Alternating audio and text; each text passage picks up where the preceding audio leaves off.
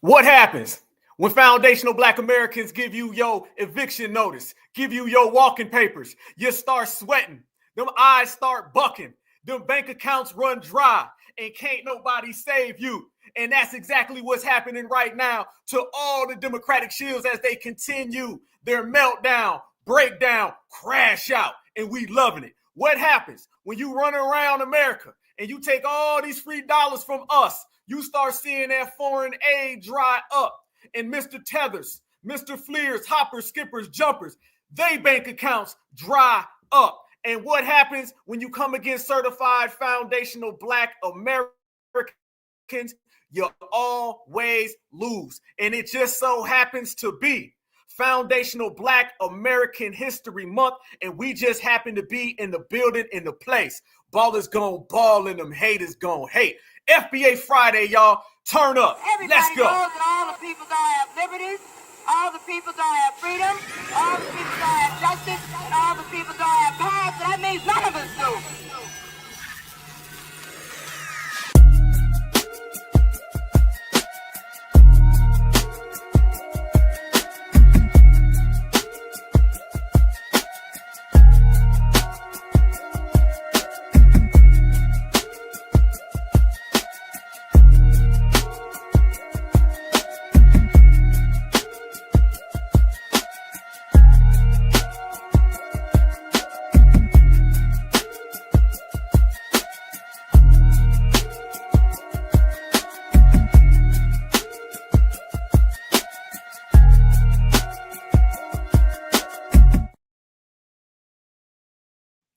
There they go. Who run it? We do. Welcome back, y'all. Another time, another day, another episode, another epic broadcast. But this one right here is going to be on another level. This one right here is another record breaker. And that's all we do is break records. Foundational Black American style. Welcome back to the Black Alpha Network. We are in the building, in the place, y'all. We turn up to the max, y'all. We going all the way in, y'all. We undefeated, unstoppable, y'all. But they already know that, and we told them so. Family, I hope everybody's doing good. I need your city, your town, your state. We are the only place where you're going to see a roll call every single time.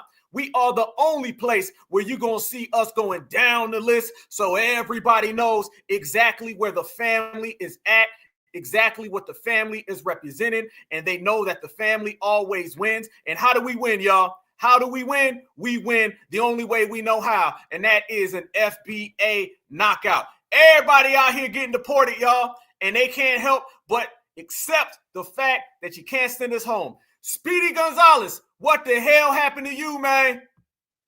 It was just reported that famous celebrity cartoon actor Speedy Gonzales was arrested early this morning by U.S. immigration officers after they reportedly received a tip by an anonymous informant. Speedy Gonzales, a Mexican national, was apprehended as he exited a cheese factory in El Paso that has a long history of hiring undocumented workers. The Mouse's temporary work visa had apparently expired, causing him to seek work outside the entertainment industry in an effort to support an alleged cheese habit. According to the report, Gonzales was seen trying to elude the ICE officer's trap by running extremely fast while yelling in broken English. Speedy didn't make it very far, though, thanks in part to ICE's newly formed Mouse Unit, which uses highly trained cats to seek out and capture illegal alien mice. American television personality Dr. Phil was at the scene while Speedy Gonzales was being arrested. Here's a brief video of the tense interaction between the two celebrities. What's your name? Speedy Gonzales. Where are you from? Mexico, señor hombre calvo. Where were you born? Inside mi madre, señor. What have you been charged with? With being the fastest mouse in all of Mexico, señor Telenico. Are you a citizen? Sí, señor. The citizen of Earth. But you've never been deported before? Before what, señor Dr. Phil? How do you know me? We love Dr. Phil in Mexico, so can I go now? Not really. Please, sir? You've been charged with sex crimes with children? No, señor. I thought that cheese was aged. Let's take him in process and lock him up. Oh, Also arrested with Speedy was his cousin Slowpoke Rodriguez, better known as the slowest mouse in all Mexico, with both mice expected to remain in ICE custody pending their removal proceedings.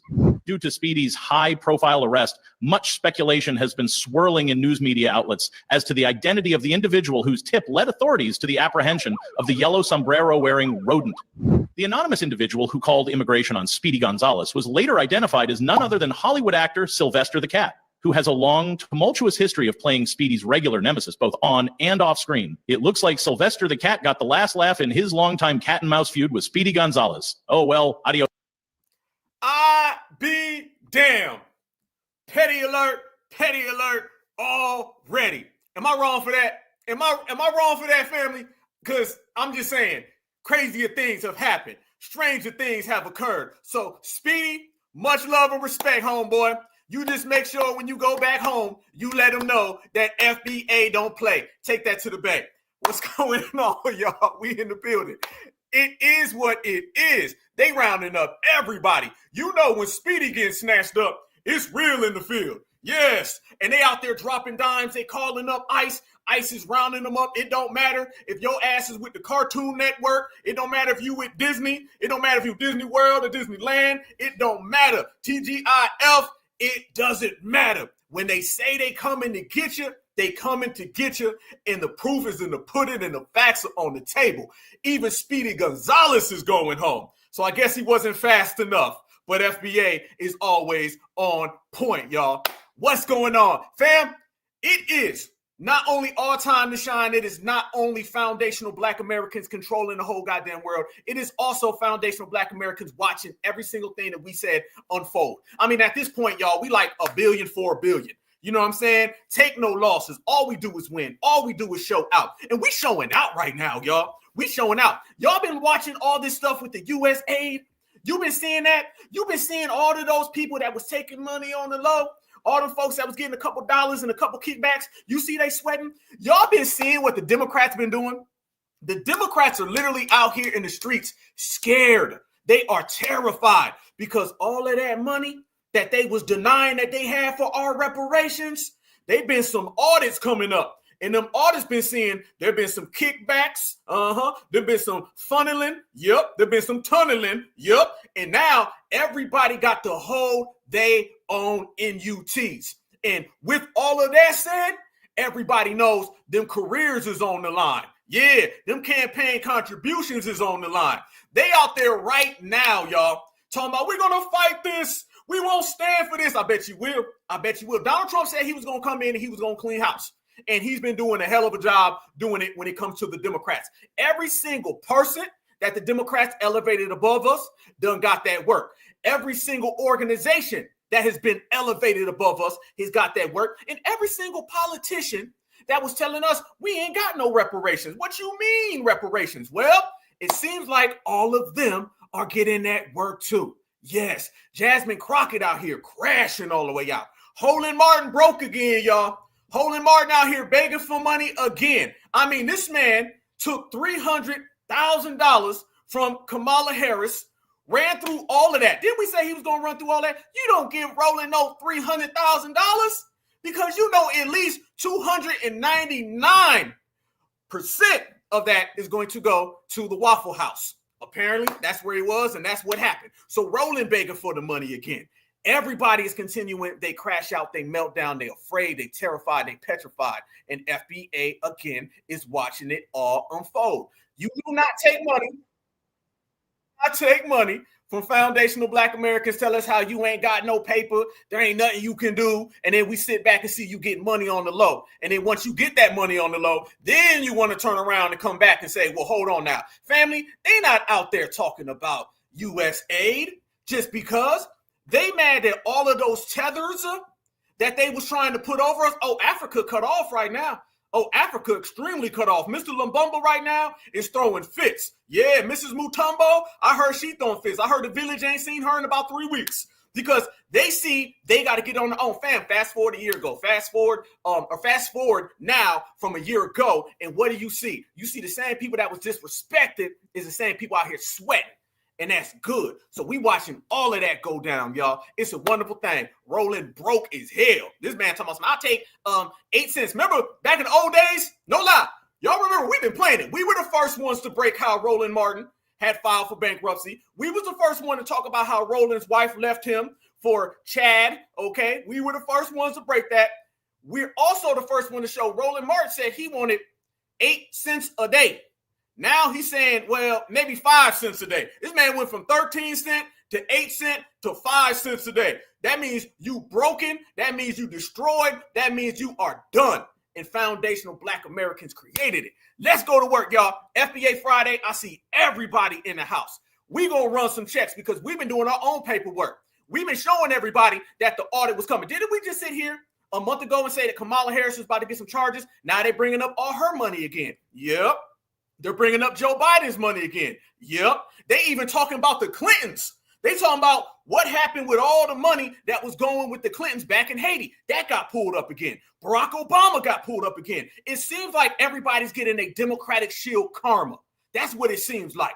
And foundational Black Americans are absolutely positively cool with that. Because remember, we ain't got the money for reparations. Well, all that kickback shows that you had it the whole time. You were just trying to give it to everybody other than us. And guess what? Today is the day that you pay the hell up, and foundational Black Americans are coming to collect everything. This is what's going on in the political world today. And everybody's watching the political world today. And if you see a politician out here scared, they only scared, family, because they don't know what's coming next. Salute.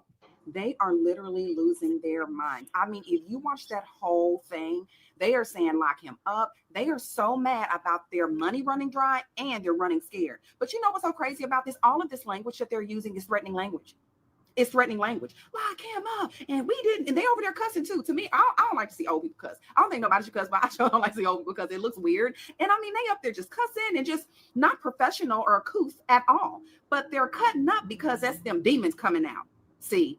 Anytime evil is exposed, them demons start coming forth because they can't help themselves. Now it's being unveiled. See, righteous judgment is now in office. No, I'm not trying to say Trump is a pastor or something. I'm saying he's the closest thing to righteous judgment that we had as the two options that were available. These people are losing their ish because the truth is coming out, money is drying up, and they're afraid of what's being exposed. That's why they don't like Elon Musk. And I ain't saying I trust and I love Elon because he ain't proved himself to me yet.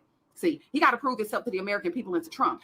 But the way that they are cutting up and the way they're speaking, if we said anything like that towards Biden or Kamala or anybody that was in that ridiculous party, they would lock us up for our speech because our speech was threatened. We couldn't even say anything on here. But yeah, you're right. They running scared. You damn right they running scared.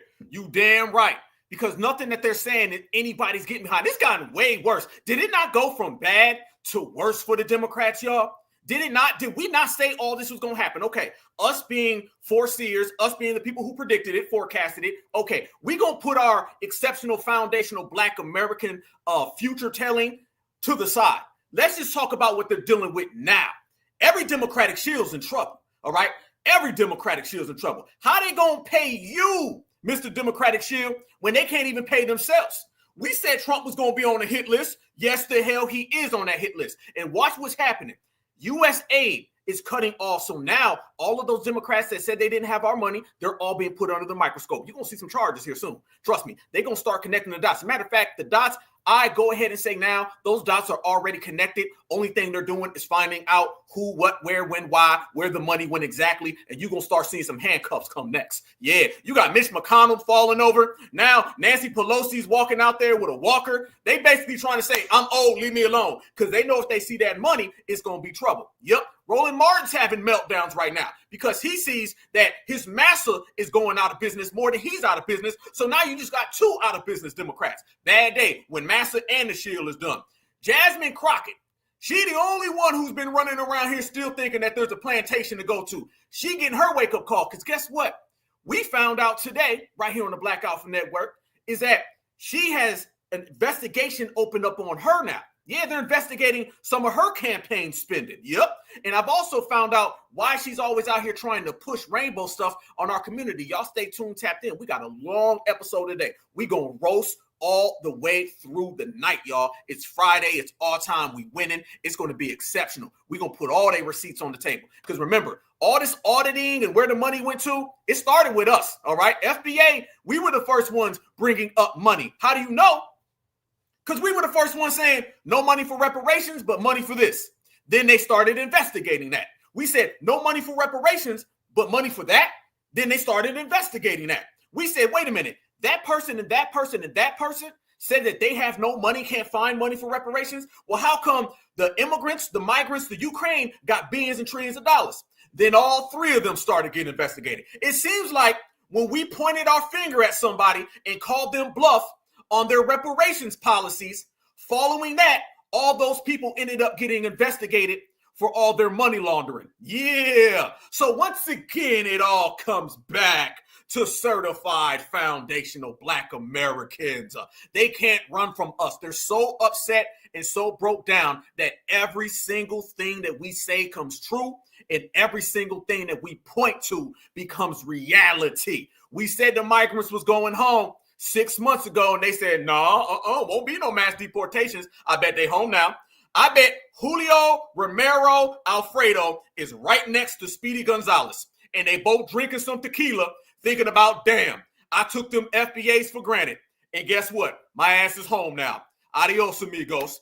I guarantee you, Mr. Mutombo, Mr. Lumbumba, they was over there saying, I remember calling into Tariq spaces. I remember talking about Black Alpha. Now they're in America and my ass is somewhere in the village. Sorry, hate to be you, Mr. Mutombo.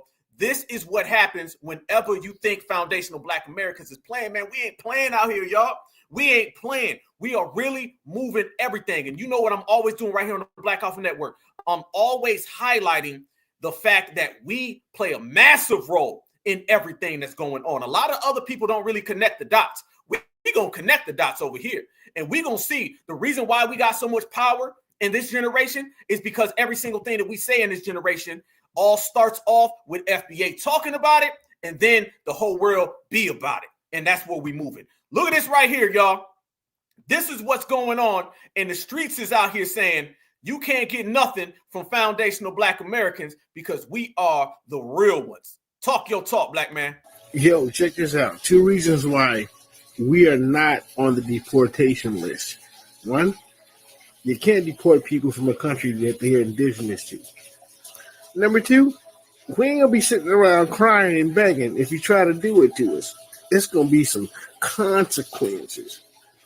So there you go. So with people saying that we're gonna be next, it ain't gonna never happen. I see a lot of Spanish-speaking community flying their flags, taking over interstates or whatnot. I got one question. If the country was that great, and I'm not talking about your heritage, but I'm talking about if your country was that great, what made you come here in the first place? And the energy that I'm seeing many of you having here in these streets, on American soil, why wasn't that energy put in these other countries to make those governments do something better for the people? It's strange to see immigrants from other countries coming to this country demanding our government do something to, help their people out, when it seemed like your own governments didn't want to do nothing for you. And now you're taking over all our city streets, our roads, all these things, blocking people from getting to their jobs, schools, or whatnot. Listen, don't think this is going to make Trump change his mind. All it's going to do is piss him off. But more than that, it's pissing the American people off. And I'm not being disrespectful about this. And I know many people say, no, I was born here. I understand that as well. Oh, we didn't just jump in the boat and come here. That happened a different way. We're here. This is our home. But for people to actually want to come to this country, they complain about the way things are going here because a president said, hey, all these illegals came, and y'all saw it yourselves. Millions of people came into this country that should not have been here. So our president said, hey, they got to go. Now everybody's in an uproar. All these rumors going around. They're going into school, taking the kids, and they want to use, seems to me, want to use that as an excuse to try to fight against our government. It's not going to help your cause at all. Find a better way, like, I don't know, getting over there to these countries and telling those governments they need to start doing something for the people, because disrupting our livelihood here while we trying to make our country great again is not going to make it better for you. There you goddamn go. There you damn go, homie. You ain't never told no lie. You know what I'm saying? Take some advice and go home. How about that? And y'all, do not forget, they were trying to get us to crash out. They were trying to get us to crash out something serious, okay? Fam, do you know every single day you're starting to see more and more footage. You're seeing more and more videos of these individuals out here practicing what we would say, without a doubt, is anti-American hatred. Oh, I'm talking about anti-American hatred. These people out here snatching up flags, burning flags, saying all types of reckless things. And then they was begging us. Look at this right here. Look at this right here, y'all. These individuals was out here so bad trying to get foundational Black Americans to get on board. Thank God all my brothers and sisters said hell no. Let me tell you something. Sometimes saying hell no can save your life. Yeah, because these people didn't want us out there for anything other than to send legitimacy their way, credibility their way, and for us to take the shield for when everything bad comes on them. Watch this right here. They out there talking about where all the minority communities. How come y'all ain't out here helping us? How come y'all ain't being good friends? Hell no, because this is the same type of talk and rhetoric that they want foundational Black Americans to fall for so they can put all them crimes on us. Why is nobody else protesting? Why is nobody else protesting with us? We're not the only immigrants. Latinos are not the only immigrants. There's Europeans, there's from Africa, there's from Asia, there's from all over. Where are you guys at? Why are your people not standing with us? I know you don't want to call it upon you guys, but why are we alone in this? Go look at the videos of the protests that are going on. We are fucking alone. It's all brown-skinned people. Nah, so you see what she doing now, y'all? Notice that 2 weeks ago, it was Black Americans. Now y'all see she's trying to call on the other immigrant groups, okay? Now they're starting to move on. We done roasted them so bad that now they're going to the people of colors and the minorities. All the terms that we do not use, we do not identify with, now they want to move over to them. This right here, this video, family, this is what you call getting the damn message. She got the message that FBA ain't rocking with them. She got the message that FBA ain't saving them up. And now she wants to say, well, aren't there immigrant groups? Because remember, they tried to immigrant us. Yeah. They was trying to put the immigrant jacket on foundational Black Americans. Now she's realizing, oh, damn, I can't do that. Well, let me go get some real immigrants. Nice try, Selena. Nice try. I see you over there, Miss Jorge. You was trying to 2 weeks ago get FBA to come in there and put that jacket on. Now they crashing out. So can we go ahead and add the migrant crash out, the Democrat crash out, the Democratic Shill crash out, the people of color, the minority, the Black and brown no religion crash out? Seems like everybody's crashing out. And foundational Black Americans are stronger than ever. I'll take that every day of the goddamn week, y'all. Every day. This is what you see when you point out victories. They are moving on to each other now because they couldn't put that jacket on us. Reality is coming to them. They saying, damn, we tried to tell those Black Americans they were going to get deported too. That didn't work. We tried to Africanize them so they could help us. That didn't work. We tried to immigrant them so they could help us. That didn't work. We tried to migrant them. That didn't work. Everything we've been trying to do to get Black Americans to feel like we're all one, FBA gave us a hell to the no. Again, hell to the no will save your day. And it'll wreck theirs. So you see, she's trying to say, well, can we get some immigrant camaraderie? But guess what she's finding out? She's finding out what we've been saying about all of them. They ain't got no camaraderie with each other. They all got a backstabbing culture. They want to be the first one in the country. They want to be the first one with the green card, the first one at the immigration office. They want to be the only immigrant in the room. The same thing that makes someone leave their country behind is the same reason why they will not unite with other people who are immigrants. There is no immigrant unity because they all come here and try to eat off of us, and they are willing to backstab each other in the process. So they're getting their ain't no immigrant unity wake-up call, and they already got their yo ass ain't white wake-up call. I mean, it's to the point now where they just must be insomniacs because can't go to sleep. They used to try to sleep. Now they got to stay up 24/7 because they realize FBA ain't got on no damn capes. Not for you, Miss Pedro. People, where are all the other races? You guys post all these fucking videos about it, but you guys ain't doing nothing with us. Where are you guys? Why are we alone? We support everything when it comes to you guys. We are always there for you. I have a proposition for all my Mexican followers. How about we all rally together and move back to Mexico? Let's go and make... Here we go. Now you got the one saying, let's go back to Mexico. Wait a minute. First off, I think that's a great idea. But the problem is how come it took for La Migra to show up for you to go ahead and get behind that? Oh, I get it. It's because you got a dose of reality that you can't eat off of FBA's plate anymore. And since you can't eat off of FBA's plate, now you want to go back home. See, family, when they can't build in their homeland, they run over here to FBA to steal from our homeland.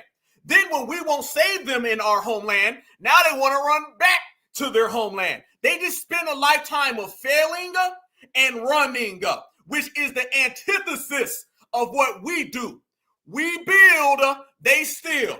As soon as you can't get that plate from foundational Black Americans, now you want to, let's go back to Mexico. Oh, don't worry. Whether you want to or not, Tom Homan and Donald Trump, they're going to make sure that you get a first-class ticket. Make our own country great. The way that we've been doing here for years, helping the economy and everything that we do here, let's move to our country and make that country great. Because the president right now, she's doing a lot of amazing work, and it's very tempting to move back to Mexico. Not only do they have better health care, the president passed a new law where now doctors and nurses are going to show up to people's homes and check on them every day, people who are like older than 63, I believe. And she signed where now everyone who goes through school gets a grant or like a scholarship to continue school. So many great things that she's doing right now. So why don't we just all gather our stuff and move back to Mexico? Let's make our country great. Let's make our country great. How come you didn't do that 30, 40, 50 years ago? How come it took deportation? This ain't about you wanting to go home. This is about you knowing you about to go home. This lady's illegal, y'all. This isn't illegal. This is like the guy who tries to holler at the girl, and then when he realizes that she ain't gonna give her no play, he said, well, you ain't look good any damn way. Well, she didn't look good. Why you trying to talk to her? Why you trying to spit game? Why you trying to holler? This is the I failed blues. This is the after the fact blues. This is the she knows she about to go home blues. I mean, look at the picture right here. Y'all know she trying to side eye. She thinks she see the ice truck pulling up. You see her over there looking. Look, she like, why don't we go home? Wait, y'all. Let me look out the window. Okay. I thought La Migra was coming. I'm sorry. This is somebody who's getting a dose of reality, just like the whole country's getting a dose of reality, because they've been living in fantasy, a world in which they get everything from FBA. They get all that USaid money, and all of that has been cut off. They got about 7, 8, 9, 10 no's in one day. They can't handle that. So she's right there in that car making a tethered TikTok video, slowly looking out her side eye because she's nervous, she's scared, she's worried that ICE might pull up. She thought she saw Tom Homan ride by. Hell, she thought she seen J.D. Vance. She thought she seen Donald Trump. She probably even thought she seen Black Alpha with a damn cell phone saying, they around the corner. Look at her. She looking out the window. The camera's forward. Why are you looking to your right? Why are you looking that way? Don't look that way. Look forward, Selena. Look forward, Miss Becky Romero. Okay, because you're coming over here wanting to be Becky. This is Becky Alfredo. Becky Alfredo is nervous thinking ICE is coming. So Becky Alfredo is staring out that goddamn window, wondering what's going to go. You know it's bad, y'all. That's Becky Alfredo staring out the window because she knows she about to go back home. That's what it is. These people are petrified, terrified, and the old saying goes, you ain't got to leave, but you got to get the hell up out of here. Well, apparently, y'all, they got to do both of them. Easy. We ain't got no time for none of that, y'all. No time for none of that. No time. No. She's scared. Reality got you right now.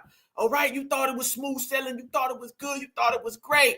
And everything you did failed. And those little day without immigrants came and went. Nobody gave a damn. All right? Those protests and rallies, the news didn't even cover that. The news is like, man, we ain't covering none of that. They ain't got nowhere to go. They ain't got nowhere to hide. They ain't got nowhere to run to. The only thing they could do is sit back, relax, and enjoy the damn show. She was scared. She was talking. She was like, let me, hold on, y'all. Wait, what? Okay, no. I thought I seen the beef and bean burrito on the ice truck. Well, nope. Okay, nope. I guess not.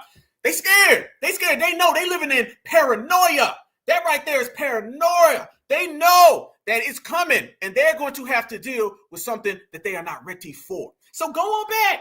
Go back. And by the way, talking about we're going to make America great again, you got to use Donald Trump's slogan even when you say that.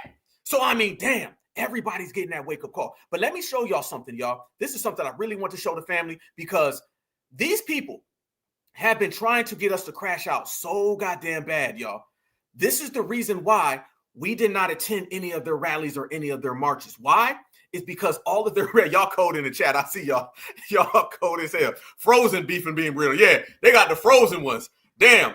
So, like I said, sayonara Estrada. You know what I'm saying? The paranoia kicking you up right now. You feel me? They shook. Oh, we roasting today, y'all. Everybody in here, I need y'all all to smash that like button, share this video. We're going to roast all the way through. This is going to be a classic FBA Friday night tonight, y'all. We're going to talk about that interview that came out with Kamala Harris. Yeah, they finally put out that 60 Minutes interview, and we seen why she was never going to be president. FBA did that. We ruined her career. We're going to also talk about a guy named Brandon Johnson. Y'all seen that Donald Trump went ahead and he's suing Chicago right now?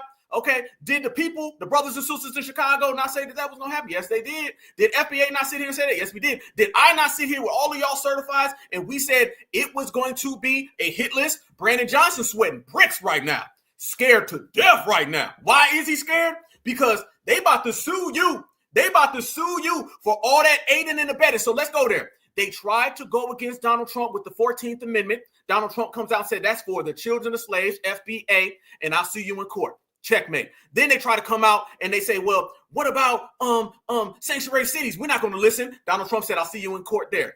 You're not going to beat Donald Trump, who has all of the government, every single element, and he's got the Supreme Court. You're done. Basically, let's just fast forward all this.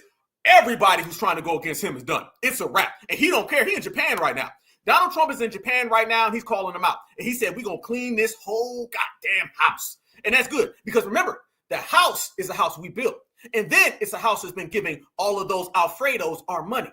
I'm seeing right now way over in Kenya, way over in Somalia. Y'all, look at this right here. This right here are the people who've been getting the most of that aid. Look at that right there, y'all. Look at all that. Look at all them African nations that just got cut off.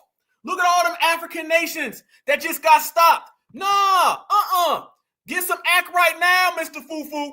Mr. Fufu, you gonna get some act right. I remember you telling us to work harder. I remember you saying how you came to this country and pulled yourself up by your bootstraps. Now we gonna see. I remember Dr. Kubar running around here talking about how Black Americans need to go over there. Nobody wants to be nowhere near Africa because they just basically got cut off by the W. Yeah, it's real in the field, and we the realest ones out here. Look at this, y'all. This is why we did not attend their rallies. They out there burning the American flag. Stop telling people that they can't burn the flag during protests. It is their right to do so. If that flag is supposed to stand for the equality and justice for all, and it's not living up to that image, it is okay for us to burn down the representation of the false image and the lies that it stands for. Stop telling people that they can't burn the flag during protests. Stop telling people that they can't burn the flag during protests. It is their right to do so. What the hell did I just... Did y'all just hear all of that? Tell me y'all heard that. This is why we didn't go to them rallies. This is why we didn't go to the march. That person just said, it's your right to be an illegal and to burn the flag. Oh, you got another sense of being spoiled. You got another sense of having everything made for you. These individuals right here have been gassed all the way up. We ain't showing up to that because one thing I've been noticing is foundational Black Americans. Again, we've been the ones in this whole nation. Let's be real, y'all. This is the first time in a long time citizenship, nationality is on board. You know, I'm always saying the world is becoming more and more lineage based. But when you got people running around here talking about it's your right to burn the flag. Go ahead. The illegal migrant community is openly and publicly advocating burning the American flag, y'all.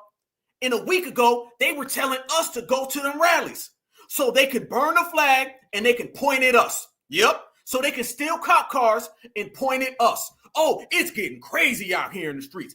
We've been the ones standing on the United States of America, the lineage heritage. These people are saying they're outsiders, they're invaders, and now they have came in as open enemies. Let me tell you something you may not understand, Pedro Romero Gonzalez. When you start talking about burning the American flag, people see that as an act of war.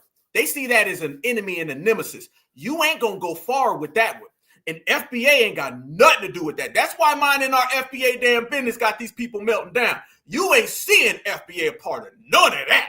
And people are looking and saying, them foundational Black Americans, they be out there rallying and protesting, but they ain't out there burning the damn flag. Look at Miss Romero. She out there supporting it. Yeah, every day there's a new video of these migrant, immigrant, anti-ICE, anti-mass deportation protests, and they're getting more violent. They're getting more hysterical. They're out there burning the flag. They're stealing cop cars. They're attacking people. Yeah, every day. And it ain't got nothing to do with us certifieds. Watch this, fam. She out there and openly advocates for it. Stop telling people that they can't burn the flag during protests. It is their right to do so. If that flag is supposed to stand for the equality and justice for all, and it's not living up to that image, it is okay for us to burn down the representation of the false image and the lies that it stands for. And as a veteran who served for 10 years, 2 tours to Iraq, and burned my own uniform in protest for my rights as a woman being taken away, I support 100% anybody who burns the United States flag in protest. 100% anybody who burns the United States flag in protest away. I support 100% anybody who burns the United States flag in protest. Y'all see why we said that you can't trust these people with dual allegiances, y'all?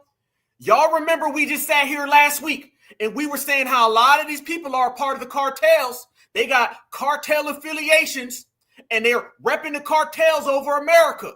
This woman says that she served in the military so she can burn the flag. Now, how many foundational Black Americans have served in the military? We just sat here on Tuesday and talked about it. We got all types of veterans and we come home and we deal with all types of discrimination, but we've never burnt the flag about it.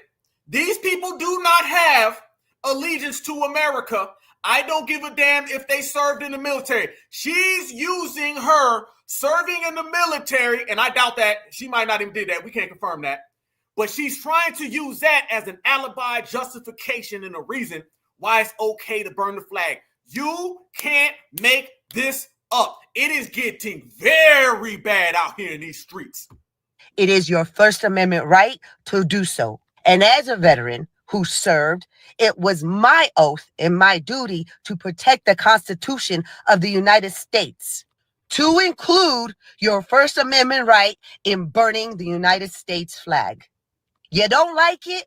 Then take your ass, lace up them boots, and go fight for that Constitution your damn self. What in the damn Nacho Bel Grande is going on? What in the beef and bean burrito is going on? Did she just say that she can burn the flag, the most non-patriot thing to do, and then try to flip patriotism and say, if you don't feel that you can burn the flag, then you need to go to war? Let me tell you something, Selena. Serving in the military is not a right to burn the flag. And you can't get mad at people who think it's wrong to burn the flag. These people got dual allegiances, y'all. They're not down with America. This migrant crisis, we said, it's going to go from people coming into America, and then it's going to turn into straight up treason. Straight up treason. That's where it's heading right now. This is turning into something way deeper than what it started off with. This is why it's good that we sit here and we analyze it, because when it go down, don't look at FBA crazy. When you start seeing people saying it's all good and we're going to burn the flag, don't be mad at foundational Black Americans for letting everybody know, hell no, we ain't down with none of that. That is insane right there. But you're seeing more and more of that every single second. She basically said, you can be illegal in America, you can burn the flag in America, and if you don't agree with burning the flag, then you need to go serve in the military. How about your people go and get their real citizenship? You're dealing with somebody right now who's trying to tell us that we're not Americans and it's okay to burn the flag. You cannot make this up. But family, it's getting even more crazy out here in the streets, fam. This is getting diabolical in the United States of America. As you see her right there talking all that talk, we said there was going to be more and more issues that were going to start popping up in the United States of America with these people. Remember, y'all, it's mass immigration, mass deportation until it's not anymore. Now you got these cartel connections. We were just saying on Tuesday, fam, this is how ahead of our time we are, certified Black society. We said that they were going to start bringing that cartel business to the government. They already been doing it with the gangs and stuff, right? But now, watch this right here, y'all. This other person is talking about tearing down the flag and then does it. So you got first Selena number 1 says burn the flag, and if you don't like it, too bad. Then you got Selena number 2, and watch her. She tears the flag down, and then she starts threatening officers about her cartel father. Yeah, all of that migrant cartel stuff that's really been going on the low, now it's starting to get put in the forefront, and we've been the ones exposing it. Watch this right here, y'all. If you thought Selena number 1 was bad.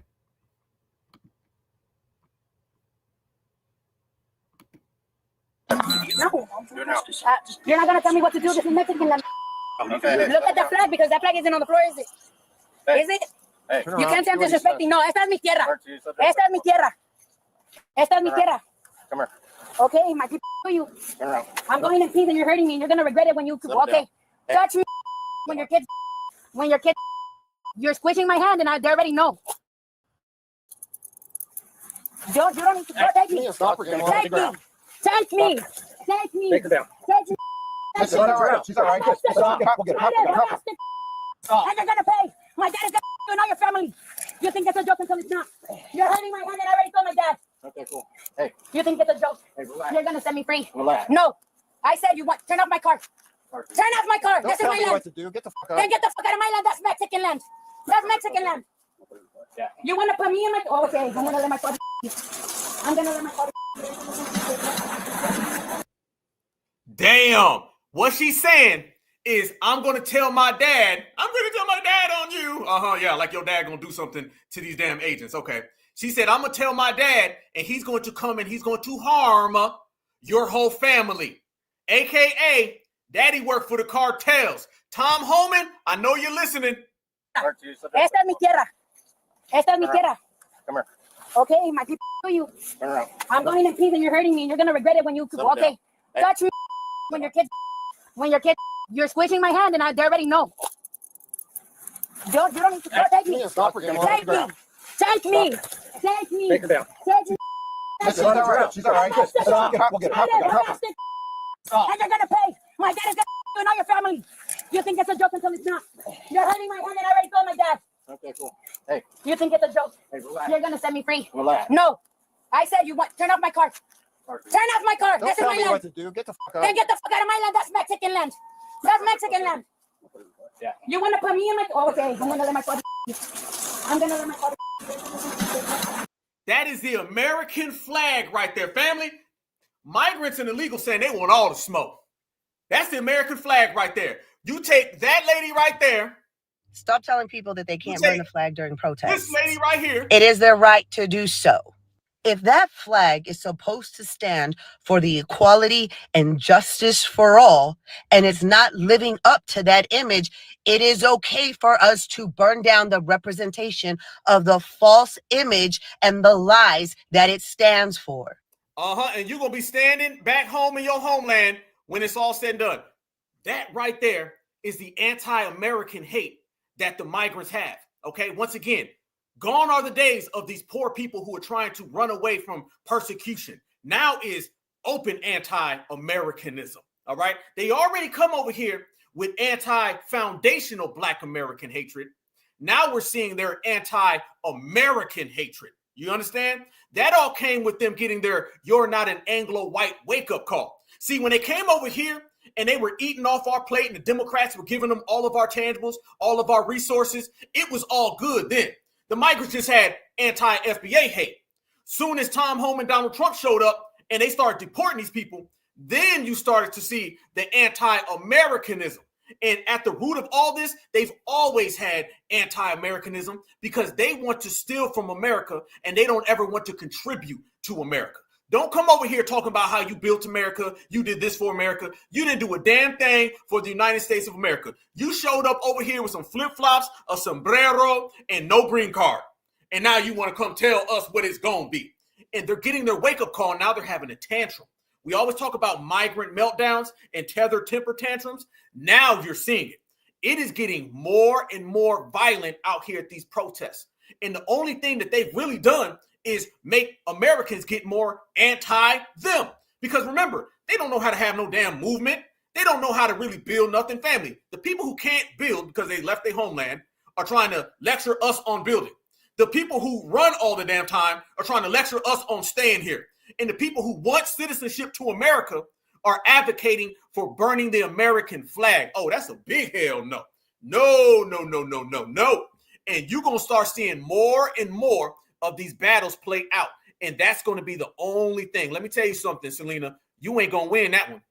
No, no, no, no. And all of that cartel talk, everything that was going on with the cartels, it is getting more and more evidently clear that they're ready to go.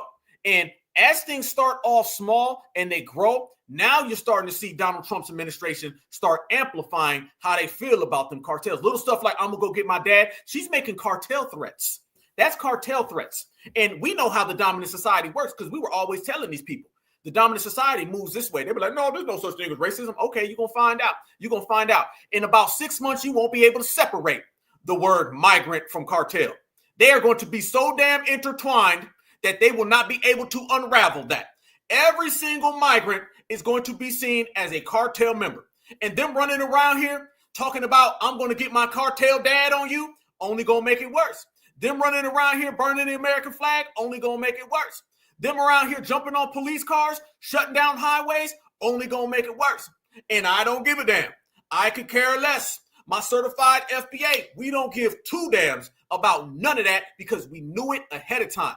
These people with dual allegiances is on. Now they even throwing around immigrants having to get an ID card.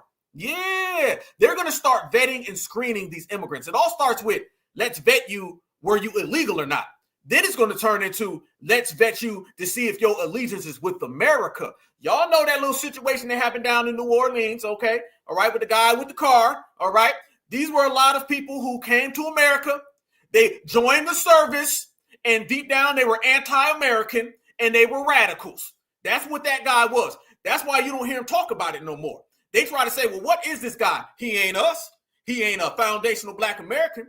Then you come to find out his lineage and his paperwork went back to another place. Oh, the immigrants is about to get a real rude awakening. It's about to get real, real heavy for them. And they only making their own block hot. And we don't give two damns. Tom Homan out here is making more and more statements.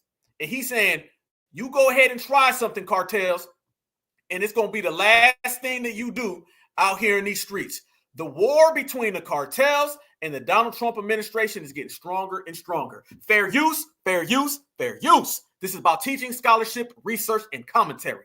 Fair use. Tom Homan, tell us how you feel about the cartels. Once we secure this border, which we're pretty much there now, but once we secure the border and shut down their business, because if they can't get the drugs across, if they can't get the sex trafficking women and children across, and the alien smuggling, I mean, they're making more money right now than they've ever made. That's why the cartels in Mexico are having a war between themselves, trying to take control of each other's plazas because there's so much money involved. Once we secure the border, make it more difficult for them to make money, it's going to become violent. You're going to see violence on the border, and it's unfortunate, but we know it's coming. Border Patrol is prepared. It's great to have the military on the southern border. They're prepared. It'd be a bad move on their part to harm any Border Patrol agent or soldier. I think President Trump will reply with great force. Woo-hoo-hoo-hoo! Violence is coming. We know they're going to attack us, and we are going to respond with great force. Family, I give you until May. And since this is Certified Black Society and we always ahead of time, you can probably go ahead and chalk that one up to April. I promise you, we are going to see some real combat going on where they're going to be wrecking them people. And we're going to say, we told you so. They are down there waiting on all of this to happen. And that's a good thing because soon as they act, it's about to get real. And every single immigrant here in America, you're going to have to deal with that smoke. And I think he has the capability of wiping these cartels off the face of the earth if they harm our soldiers or Border Patrol agents. So Word of advice, I wouldn't go there. Woo-hoo-hoo. I wouldn't go there either. No, the hell I wouldn't.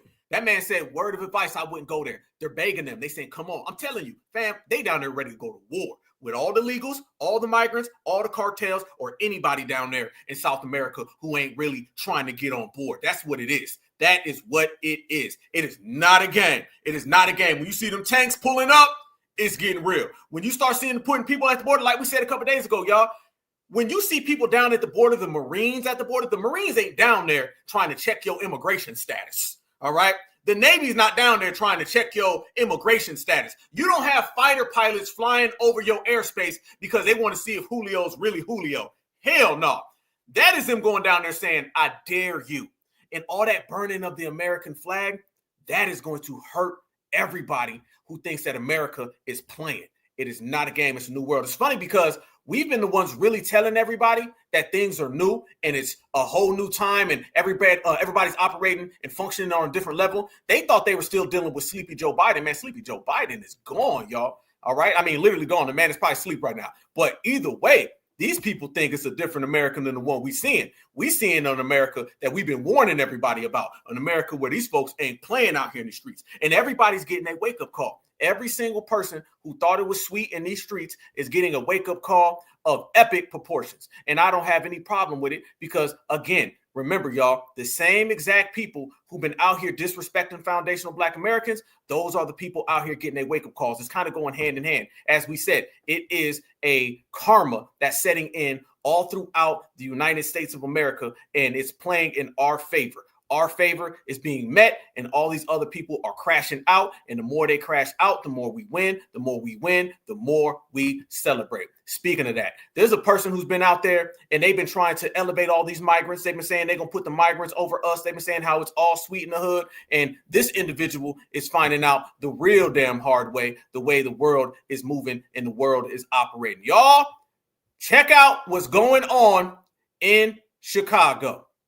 Donald Trump's administration is now suing the state of Illinois for allegedly interfering in ICE's ability to arrest and detain migrants. This is according to the latest lawsuit filed by Donald Trump's DOJ, who accuses the state of interfering with and, quote, impeding federal immigration enforcement. The Justice Department just suing the state of Illinois and the city of Chicago.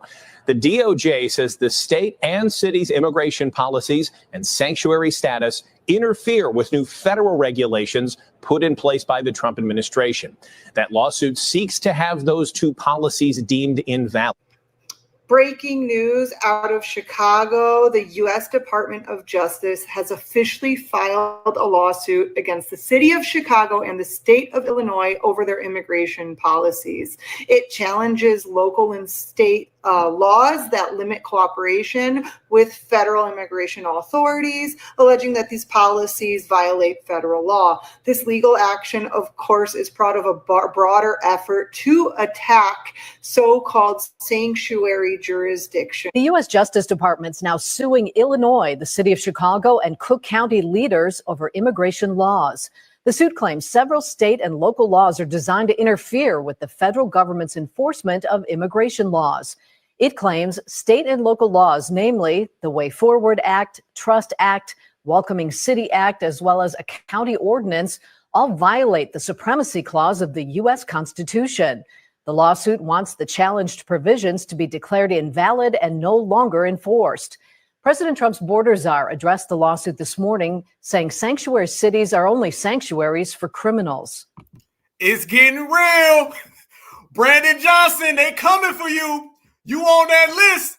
Y'all thought y'all was going to liberal sanctuary city these folks all the way. Donald Trump, breaking news, they are suing Chicago. Brandon Johnson, you on that spotlight. Family, everybody about to be broken in 2025. And this is about to be the reckoning. You can't get around this one. If you thought you was going to put all your biscuits in the Democratic batch, now you finding out that all of that done ran dry. Checkmate. If anybody wants an immigrant community, ask them a simple question. Would you rather have ICE operating in the jail or the community? They're going to say they want us in the jail because these immigrant communities, many are here illegally, but they also are family people too. They don't want a predator in their neighborhood. Rudy's back in the community. So, we're going to hold sanctuary cities accountable. We're going to take them on it, and we'll take them to court. Donald Trump's administration is now suing the state of Illinois for a easy work. There they go. There they go. It's on now, y'all. That is exactly breaking news, family. That just really came across the line yesterday, really late yesterday. That broke. I want to talk about that today, family. The ramifications of this are real, and we sat here and said it. All of the cases about immigration were already settled during Donald Trump's first term. He's doing some real radical things in the United States of America, and it needs to be radical. Trust me, if this man is willing to cut off USaid, you don't think he's willing to go put Brandon Johnson in handcuffs? And remember, y'all, Tom Homan said he's going to prosecute anybody who gets in the way of mass deportations in sanctuary cities. You're seeing the end of the sanctuary city. You won't see those longer, y'all. I'm telling you. They're not going to be able to fight him on the 14th Amendment, and they're not going to be able to fight him on sanctuary cities. They're just wasting time. That's why you seen the Democrats in the streets today, and they were screaming and yelling and hollering. They putting all the blackface Democrats in front. You're seeing everybody know that time is up. That time is really up, and they crashing out. Brandon Johnson is out here looking petrified, terrified, scared. You want to talk about a deer in headlights look? That's Brandon Johnson. He got the deer in headlights look. Trump pointing him out. Trump said, I see you, homeboy. And remember, y'all, again, it was all the brothers and sisters in Chicago that were the main ones saying, Brandon Johnson, it's time for you to go to jail. Brandon Johnson, you've been out here disrespecting. Brandon Johnson, we going to have to see about you, player. Yep. And now Brandon Johnson ain't got nowhere to hide. This is the beginning of the end of him. This is the beginning of the end, y'all. I'm telling you now. You won't be seeing him much longer. Sanctuary cities where you can commit crimes and then you can run and you can say, well, you know, I didn't really mean to commit the crime and I'm just going to stay here and hide in the public. Family, that is some ISIS stuff. You're going to go hide in the public. You know what I'm saying? I'm going to go hide in the public and get away from what I did. You can't do that. Nowhere in America is that lawful. And you know they made it clear that aiding and abetting is exactly what aiding and abetting should have always been, an absolute crime. These people are done for, y'all. Done for, done for.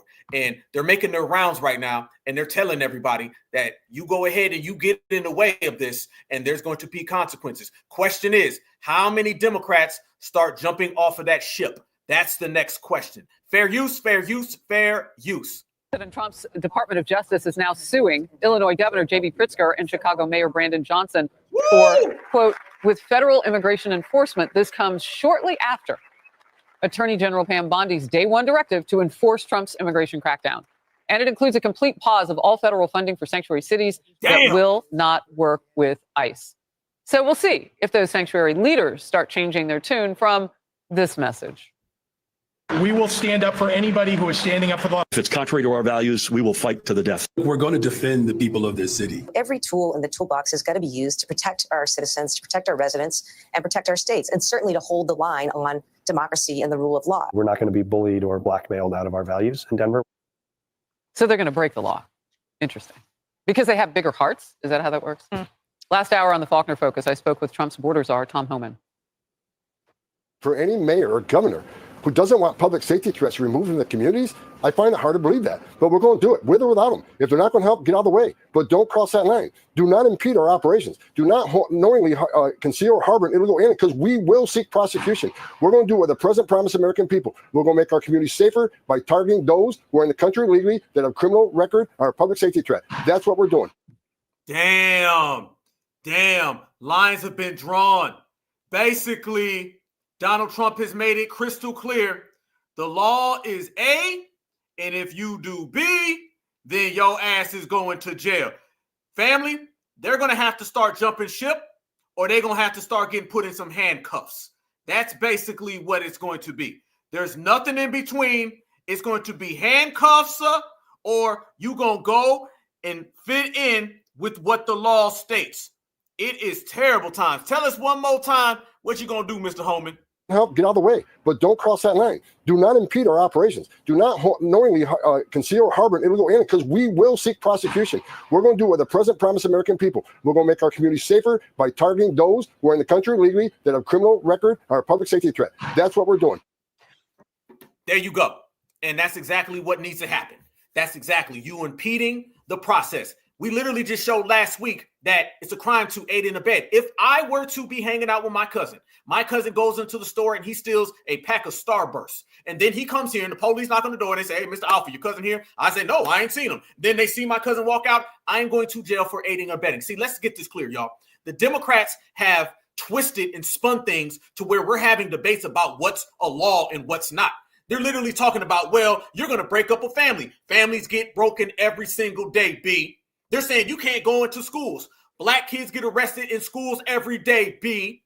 They're saying, well, you got to go to a sanctuary city where you can get away with it, aiding and abetting. We say aiding and abetting sends people to jail every day, B. You're going to have to get clear. If you are dealing with these laws and they're trying to make them twist, then where does it stop? Where does it stop? How about people just go rob a bank? Eventually, you're going to rob a bank and we can say, well, you can't send the bank robber to jail. Why? Because you're going to break up his family. Where does that stop? Somebody goes out there and they steal your car. Well, they can go to a sanctuary city where all the car thieves are safe. Where does it stop? How come the illegals get a set of laws that nobody else gets? They get an actual city where they can get away with crimes. They can go and get money that they didn't work for.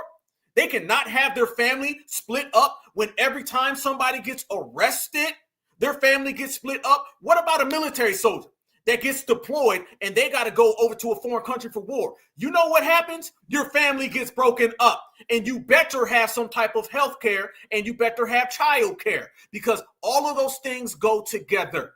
But no, when it comes to the illegals, we're going to have a debate on is it, could it, would it, not? What Donald Trump has done is he made things clear. All that murky, cloudy, we can't figure it out, all them games being played are done. The law is the law. The same thing they tell us. Well, you got to abide by the law. Well, the illegals got to abide by the law. So it ain't sweet no more come over here talking about FBA. It ain't sweet coming over here disrespecting us. Now you got to play by the same set of rules that FBA has been having to play by. And if you do not like it, you can either A, deport yourself, or you can B, get yourself deported. But either way, it is going to end bad for them. Look at this right here. Everything that's going on in the United States of America, somebody tell me that this ain't their worst nightmare, because what I see is meltdowns and breakdowns. Colombia, Panama, and Venezuela all caved. Trudeau, who said that he was going to resign, is panicking. Mass deportations and border crossings are down by 93%, and over 97% of the almost 9,000 people who were deported were violent criminals. Hostages are home now. DEI programs gone. Goodbye. Get out of here. USaid funding slashed.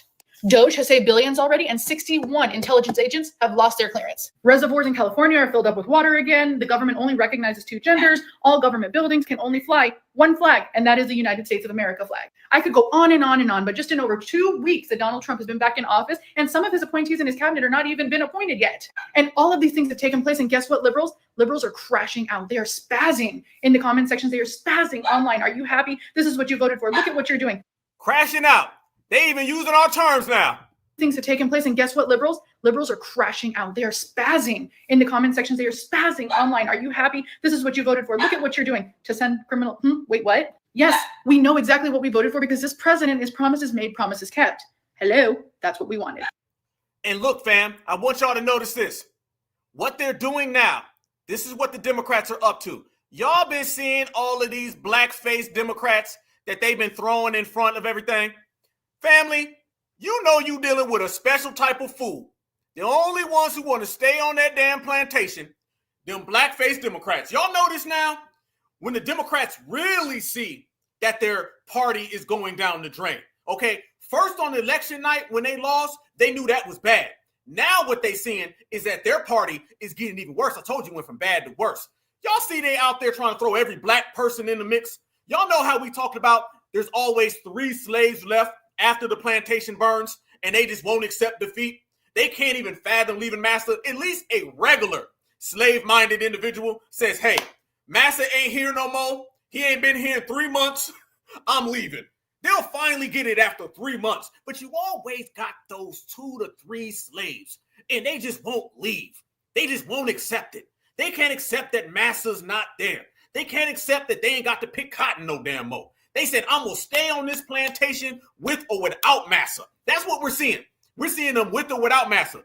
White Democrats, oh, they run it. They saying, hold on now, USaid cut off, audit, they gonna see about all that money I was spending, all that money I was laundering, I'm gone. I told y'all, Nancy Pelosi running around here with a walker. She's saying, I'm gone before the charges come. Yeah, all of the white Democrats, they're trying to get out the way because they understand they about to get prosecuted if some of that Donald Trump paperwork come out. But leave it all up to the blackface Democrats. They out here holding it down, saying, I'm going to stay here and I'm going to jump in front of the line. How we ain't jumping in front of all those burning the flag protests with the migrants. You still got black folks out there trying to say, we going to get Donald Trump and I ain't leaving. Look at this lady right here. Boy, if this ain't some I tap dance with Massa, watch this, y'all. She go full deacon on this damn panel.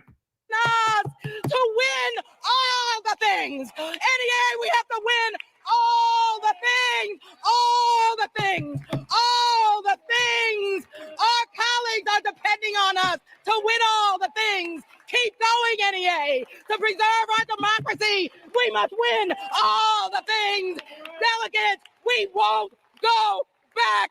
We will keep going forward because we are the NEA. We are the NEA. We are the NEA. Family, what if the tap dancing of the year, this year, next year, for the rest of the goddamn decade goes to whoever the hell this lady is? What the hell is this? What the hell? Family, this is why we have completely destroyed the Democratic plantation. They don't go hard like this for anything for FBA. I don't even know what she's talking about. Literally, I don't even know what this is about. All I see is some tap dancing. That's it. I see some butter biscuit chasing. That's it. I see some Samboing. Okay, this is Samboing. And this is what you get. And all the things. NEA, we have to win all the things. All the things. All the things. I'm not making this up, y'all. All the things. Every last ones of the things. We have to get all the biscuits, all the crumbs, all of Massa's draws. All the things. NEA, we have to win all the things. All the things. All the things. She damn near passed out in that last one. That last one, she was like, oh, the things. Somebody help this woman.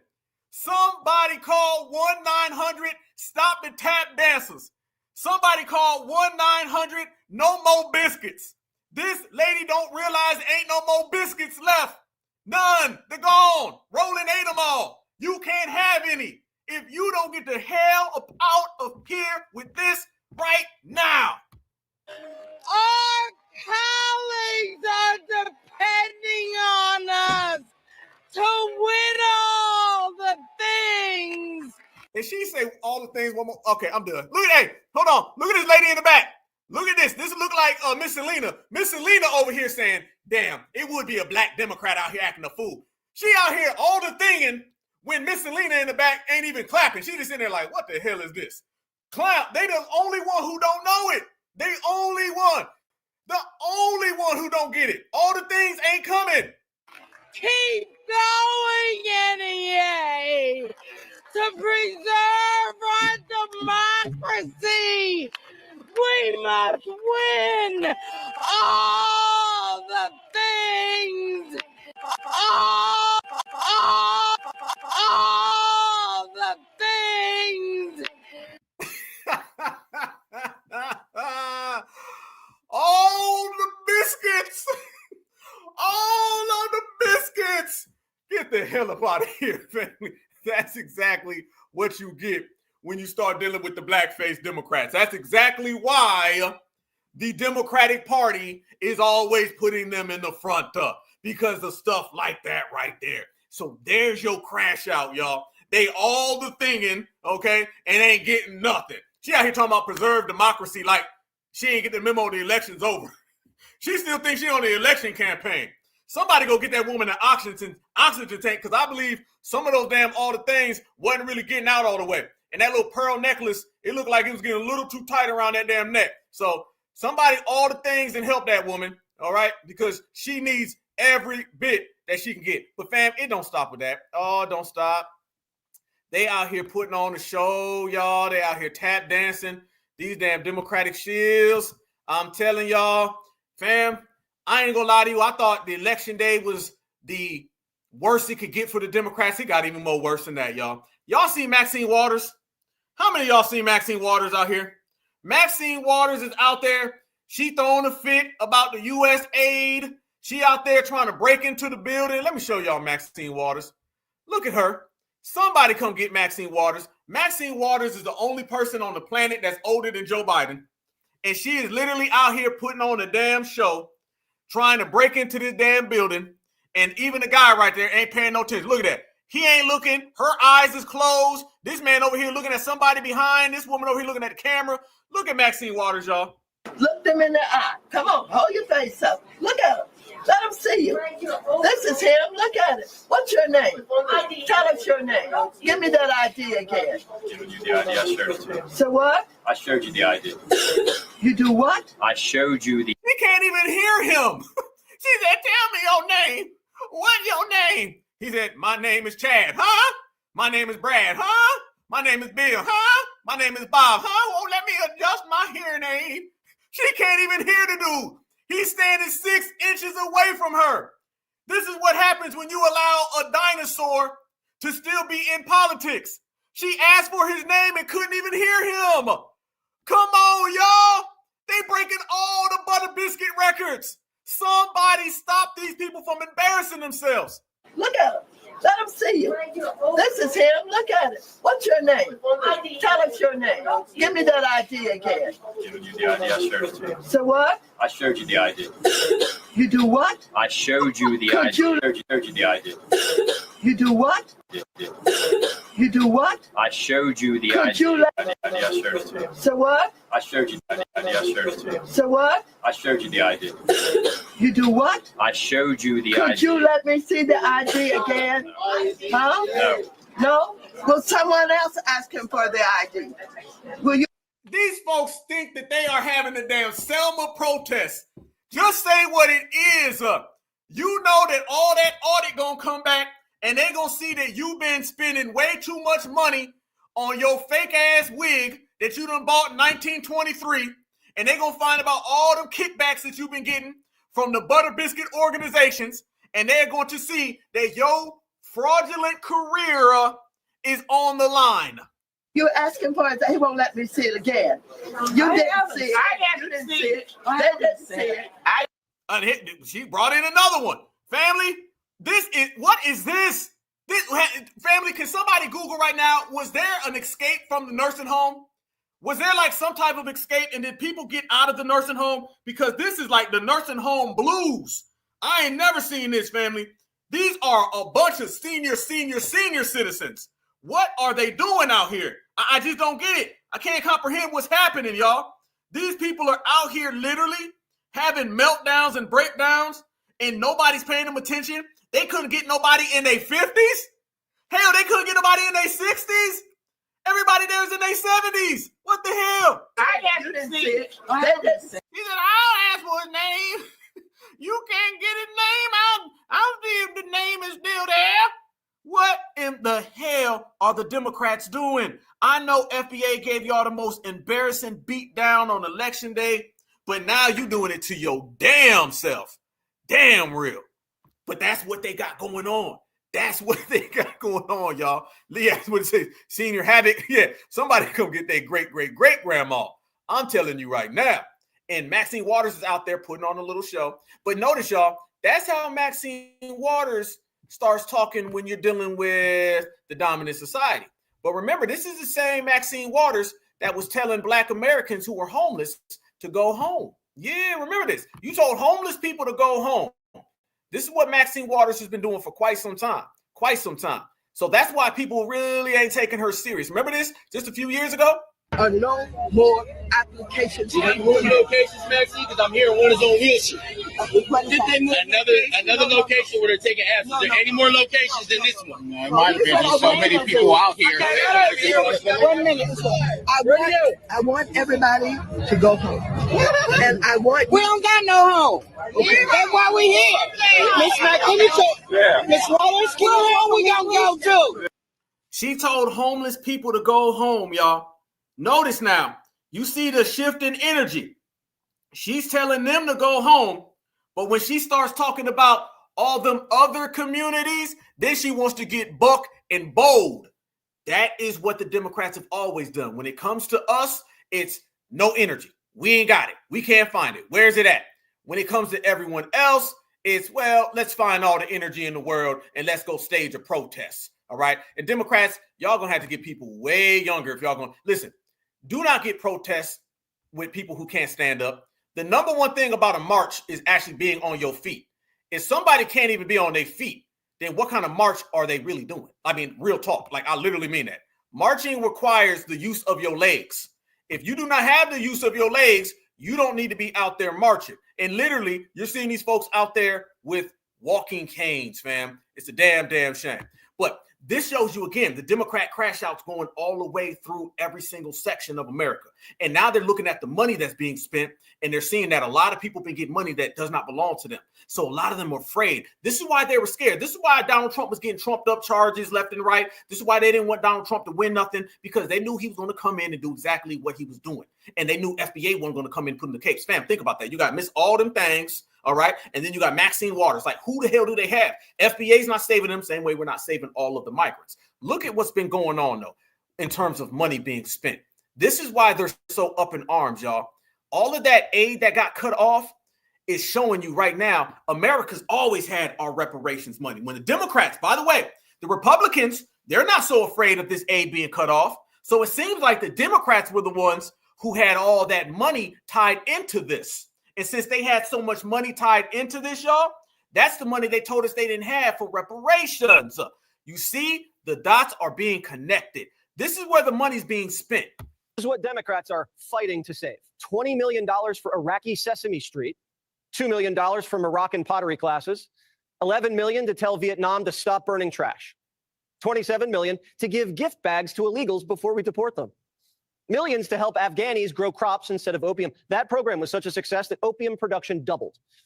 We also gave Afghanistan $300 million to build diesel fuel power plants, but they couldn't use them because diesel was too expensive.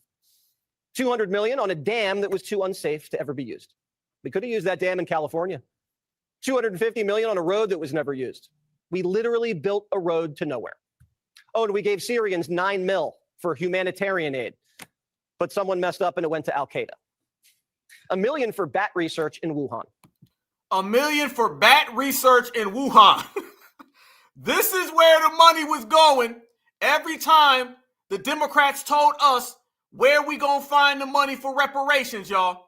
This is what we were calling them out on. That equates to $1 million for each dead American. USAID was funding Fashion Week in Paris. France isn't even paying its NATO dues, and we're paying for their Fashion Week. USAID is a $40 billion deep state social justice slush fund. Damn. So where all the money go? Remember, y'all, they told FBA there ain't no money. They told foundational Black Americans they can't find the reparations cash, but yet they were tied up. Always notice who's the ones who are the most afraid. It seems like the Democrats were the ones most afraid because they've been the ones out there with all those slush funds. Those been the ones out here really taking the money and keeping it to themselves. And now everybody's watching it and everybody's saying, well, hold on now. Where all the money go to? And guess what? The more they peel back the layers, the more they start seeing where this paper's going. Guess who was getting it and guess who was benefited from the most? Illegals. Yes, you knew already, y'all. Watch this right here. The money was being so tied up and the audits are coming in and you see so much money. So much money was going to illegal immigrants. Watch this.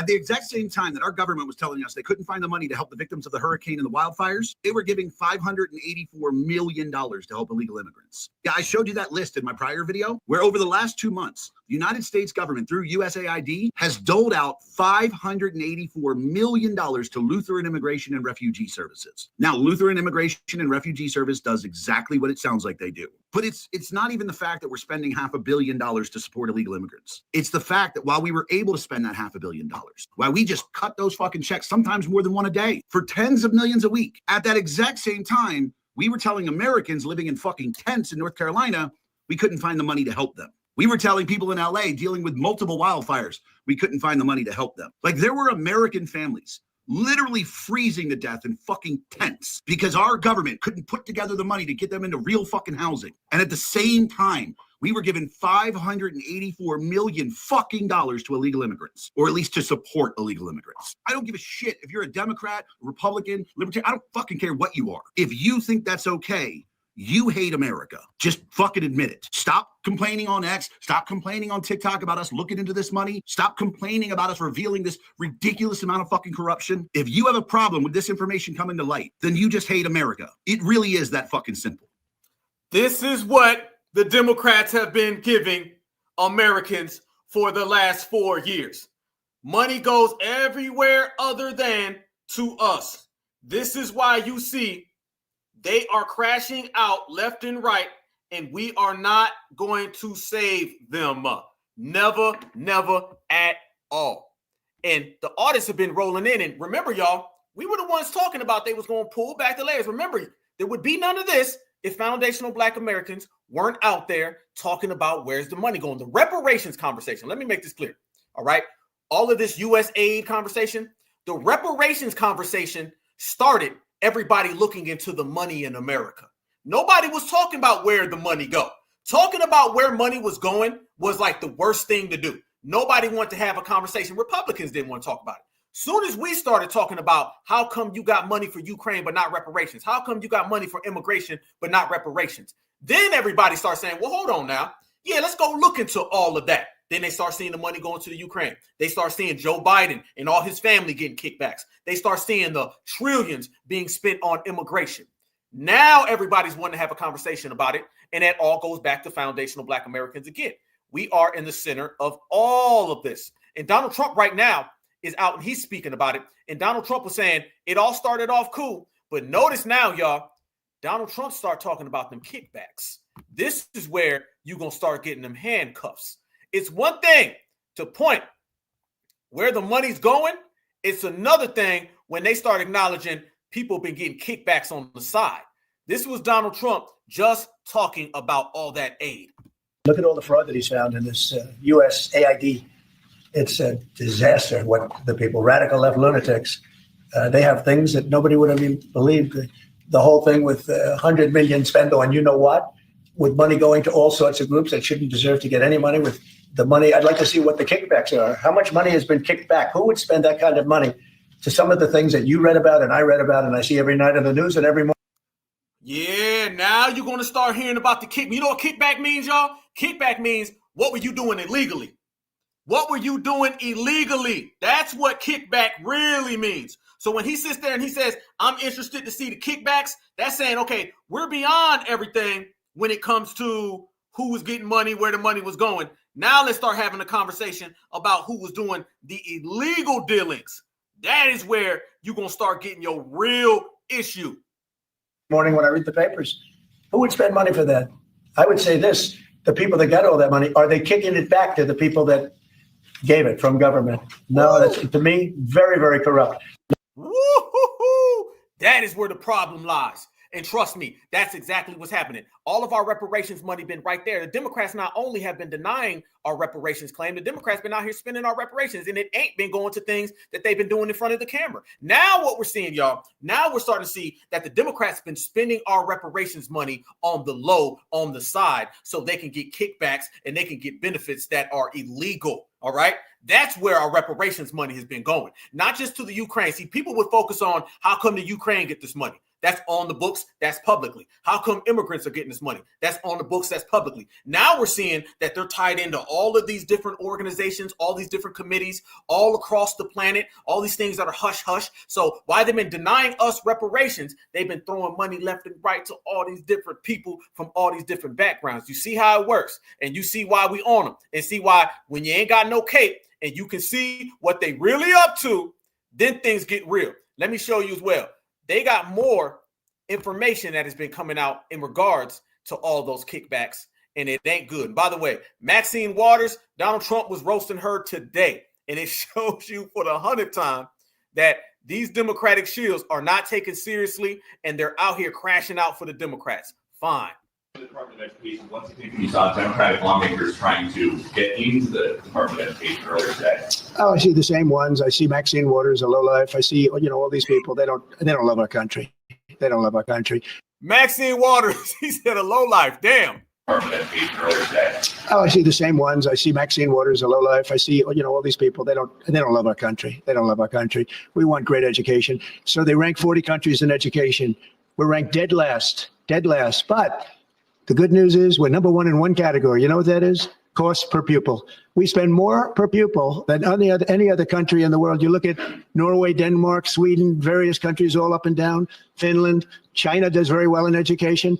And then you look at us, we spend much more money than they do per pupil or any other way, but we spend much more money than they do. And yet we're ranked this year, Biden's last year, congratulations, Joe, we're ranked dead last. So what I want to see is education. Number one, I like choice. We all like choice. But beyond choice, long beyond choice, I want to see it go back to the states where great states that do so well have no debt. They're operated brilliantly. They'll be as good as Norway or Denmark or Sweden or any of the other highly ranked countries. You probably have 35 to 38 states will be right at the top. And the rest will come along. They'll have to come along competitively. And by the way, we'll be spending a lot less money and we'll have great education. Damn. This is where they don't want to spend money. They want to send the money to other countries. Democrats have been openly practicing anti-American isms.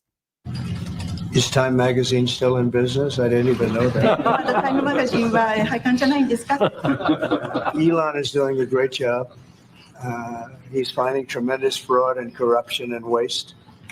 You see it with the USaid, but you're going to see it even more so with other agencies and other parts of government. He's got a staff that's fantastic.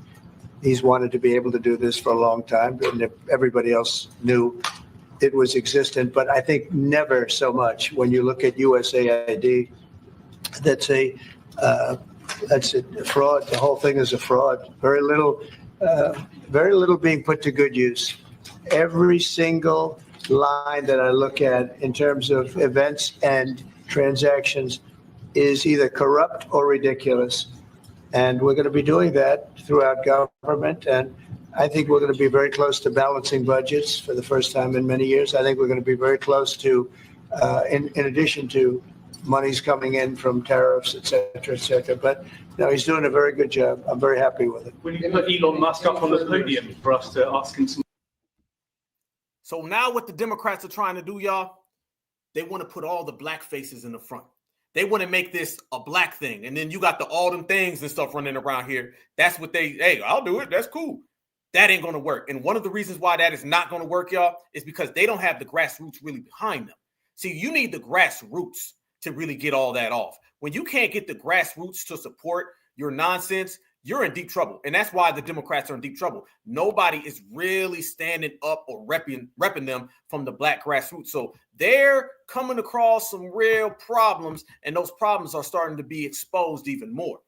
And speaking of things being exposed even more, did y'all see that Kamala Harris interview finally came out? This is what we said. We ruined the Democrats all the way across the board. Look how everything's happening now. And damn, it's even bigger than what I thought. We completely destroyed Kamala Harris during the election, ruined her career.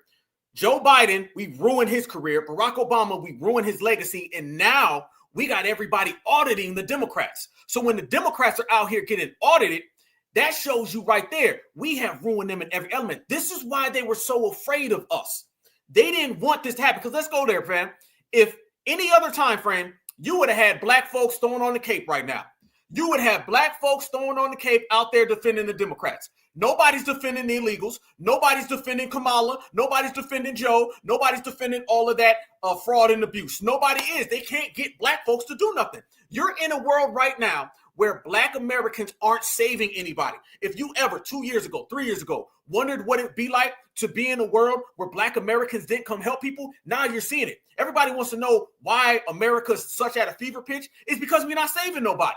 That's how I see it when I look at everything. I don't look at it, these people are just doing it on their own. No, this is the world where they can't get labor from black Americans and they got to get it on their own. That's the world we living in right now. And I'm loving it. You got people saying, man, these are some very serious times. Man, so many things are going on in America. What's happening to America right now? I've never seen this before. That's how the world sees it. How we see it is FBA ain't helping no damn body. So therefore, you see everybody's dirty laundry on the table. Check this out right here, y'all. They finally put out that Kamala Harris interview.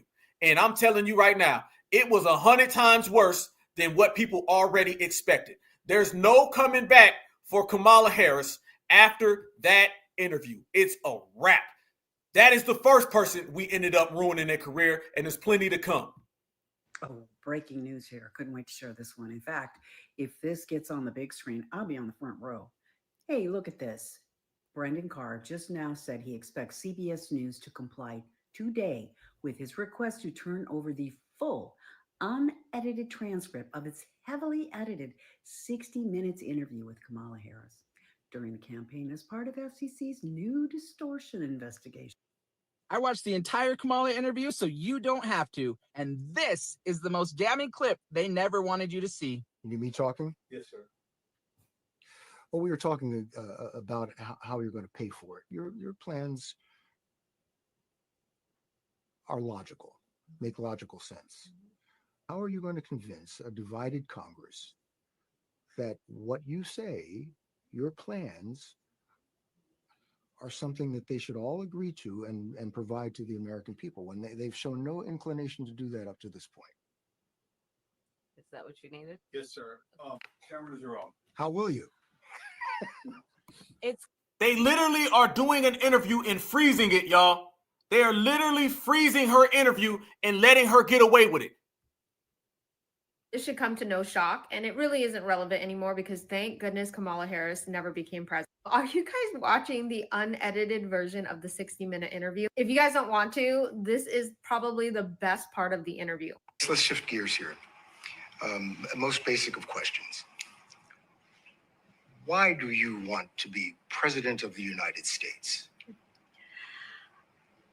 There are many reasons, but probably first and foremost, I truly believe in the promise of America.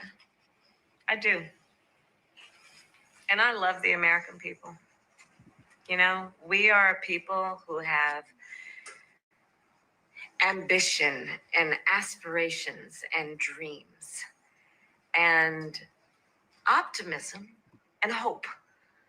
If you look at the character of who we are and how we have achieved the strength that we have achieved, I believe in large part it is because of our character and our belief in the promise of America. And I'm running for president because I want to do everything that is possible to create an opportunity for people to achieve those goals, those ambitions, and those dreams. Did you guys catch how he said, let's shift to a more basic question? Because if you listen to what she was rambling about before, it was about Israel and she made zero sense. The reason why I wanted to highlight this, because when he asked her, why do you want to be president? Her basic answer was, I believe in the American people. I believe that we have hopes, we have dreams, and she wants to be a part of supporting that. And I'm not criticizing the answer because, yeah, I would hope that the president wants to care about the American people. But the problem that I have with Kamala Harris's answer is she doesn't acknowledge any of the problems that we have in the United States that she was a part of creating. She literally is just on stage talking about how there's rainbows and unicorns outside. That's why I want to be president. She didn't really say that, but you get what I mean. I'm sorry. No, I'm going to tell you right now. I'm going to tell you how it really go down. No coincidence that you're starting to see that now, right? Y'all notice that? That's starting to pop up because Donald Trump did what? He sued and he made them have to put out that video. And I'm telling you now, watch this. The lady literally starts blowing her nose on camera. Fair use, fair use, fair use. This is about teaching, scholarship, and research. Fair use, fair use, fair use. Family, we dodged one with this lady. Minutes interview last October in the heat of the election. Harris, Hail Mary with CBS. But the network was caught deceptively editing this answer. Watch. But it seems that Prime Minister Netanyahu is not listening. We're not going to stop pursuing what is necessary for the United States to be clear about where we stand on the need for this war to end. But it seems that Prime Minister Netanyahu is not listening. The Wall Street Journal said that that your administration has repeatedly been blindsided by Netanyahu. And in fact, he has rebuffed just about all of your administrations and treaties. Well, Bill, the work that we have done has resulted in a number of movements in that region by Israel that were very much prompted by or a result of many things, including our advocacy for what needs to happen in the region. And we're not going to stop doing that. We're not going to stop pursuing what is necessary for the United States to be clear about where we stand on the need for this war to end. Trump sued CBS for $10 billion, and it looks like they might settle. But before that happens, the FCC released the full interview, unedited, and we have the tape. They talked for an hour and left a lot out. Here's an answer that never made air. Watch. I'm trying to understand how it is that with this emphasis on the border, the numbers of crossings quadrupled under the first 3 years of the Biden-Harris administration. How did that happen? There are a variety of factors that relate to what we have seen globally and what we are not immune from at our own border in terms of what we have seen in terms of surge of immigration and irregular migration. And there are solutions at hand, but we've got to have leaders who are solution-oriented, which we've been and are. CBS also cut out their host, Preston Kamala. What? Wait a minute. Did she just say we got to have leaders that are competent, basically, and we aren't, but we are? What? Oriented, which we've been and are. They out here laughing at Kamala because she's crashed out that damn bad. This right here showed exactly why the Democrats are afraid. Nobody, again, is sticking up for Kamala Harris. Nobody's out there defending her. And it took Donald Trump suing for them to go ahead and give us this unedited video. Family, if you're talking about an unedited video that finally comes out and everybody finally sees that Kamala Harris has been out here being the fraud that FBA said that she was the whole damn time, doesn't that show you exactly what we called? Again, we're the reasons why they fell out that bad. We're the reasons why it ain't going there. So let's put it all together. Kamala Harris, she had a trash interview. We covered it.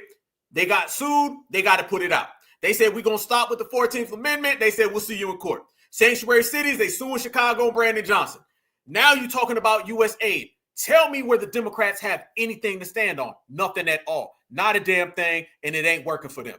And fam, do y'all know it's gotten so bad for Kamala Harris? This woman went to a basketball game the other night, and she was sitting way up in the goddamn top row, and nobody gave a damn. We have ruined her career to the point where people don't even give a damn when she shows up. Somebody who was just on TV every single day a few months ago. Look at this, y'all. No lie. Kamala Harris was at the basketball game, and nobody gave a damn. Watch this. Comedian Jeff Dye posts video of Kamala Harris in like row 58 at the Lakers game. Should have saved that money. Can y'all find her? Somebody tell me, do you see Camilla? Because Camilla is nowhere to be found in this video. Where's she at? She's in like row 58. Look, family, this is the woman who just ran for president. This was the vice president for 4 years. She is literally way in the back. Nobody's paying Camilla never mind, no attention. If we have not destroyed the Democratic Party to absolute irrelevance, this is FBA. I told you, I see FBA victories in everything. This woman can't even be seen. Bunch of nobodies got front row seats and she ain't got none. Damn. Look at her way in the back. Look at her. Nobody cares. Nobody's paying no attention. They even put a freeze frame up of it, fam. This was Kamala Harris at the game, way in the back, and can't nobody see her. This lets you know when they fall and they crash out, they fall and they crash out. And Foundational Black Americans started that. Now, talking about crashing out, y'all. Man, it's one hell of a day when you FBA, y'all. Folks been running around here talking reckless, trying to save the Democratic Party. There's nothing to save. Trying to stand on Democratic business. There ain't none.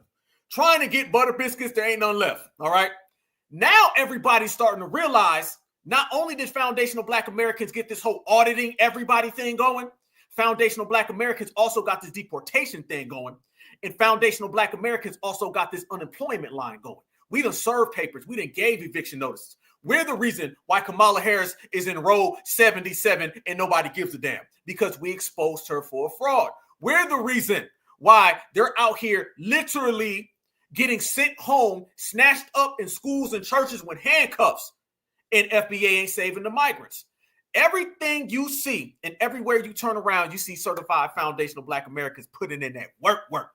And when you do that, the main thing that you got to do is you got to start on some of these shills. And those are the last ones. The shills have been out here crashing out so damn bad that they are the embarrassment. And you can't start off talking about embarrassment unless you start talking about these individuals right here.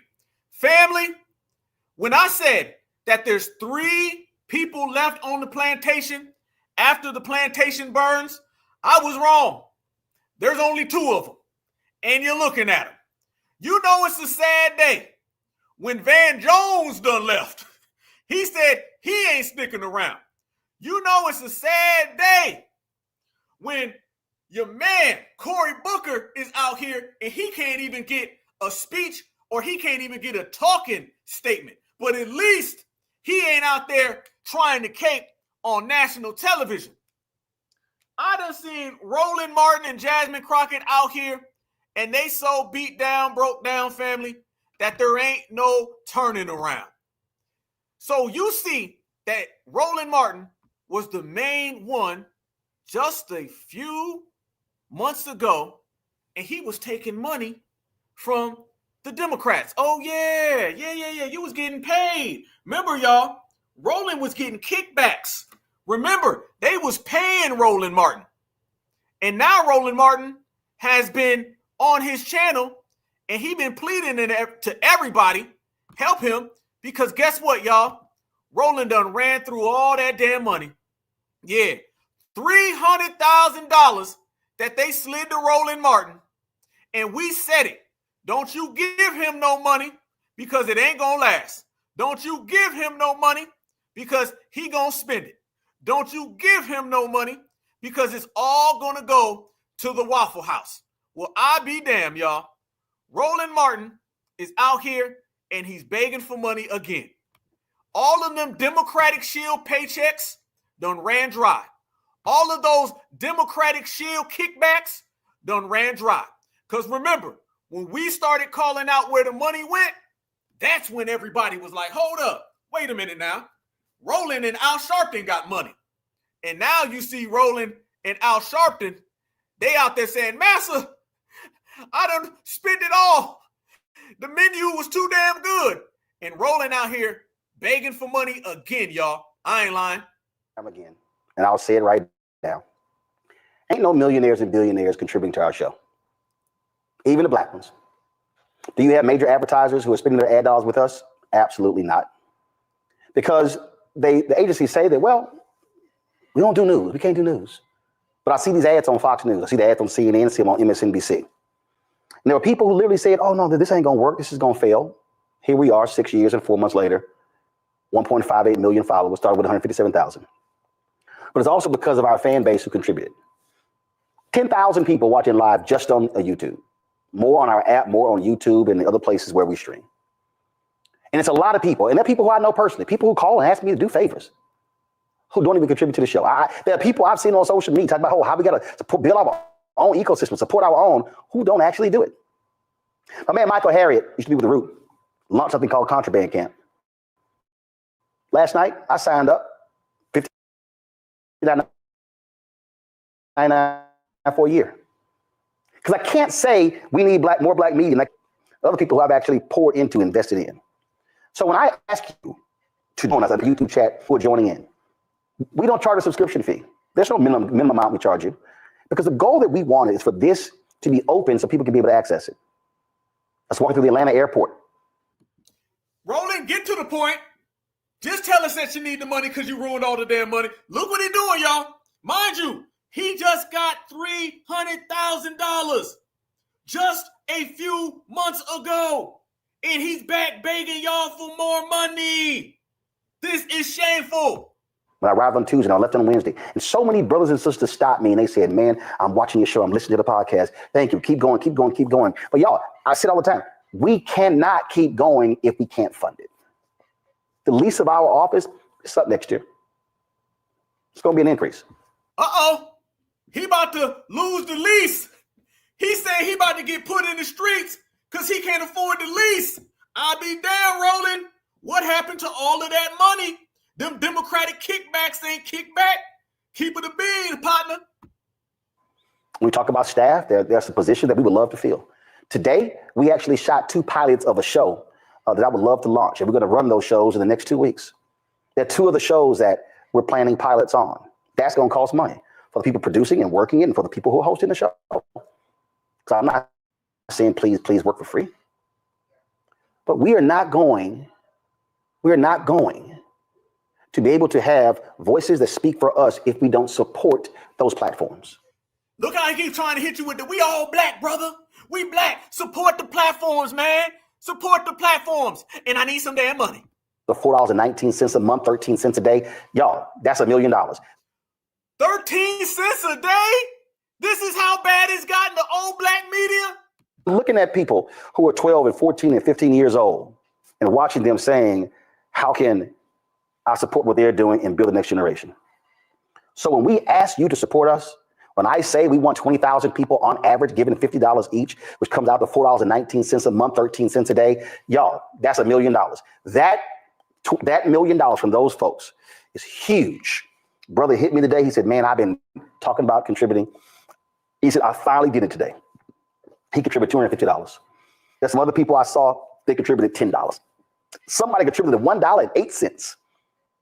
That 8 cents matters just like it was $800. It all adds. That 8 cents matters. That 8 cents matters. That 8 cents matters. That 8 cents matters. That 8 cents matters.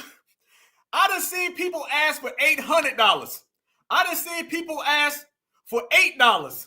I ain't never seen somebody say he needs 8 cents. They went from Black Lives Matter to 8 cents matter. The Democratic paychecks done dried up. The Democratic paychecks have gotten eaten up. And now he's on here asking for 8 cents.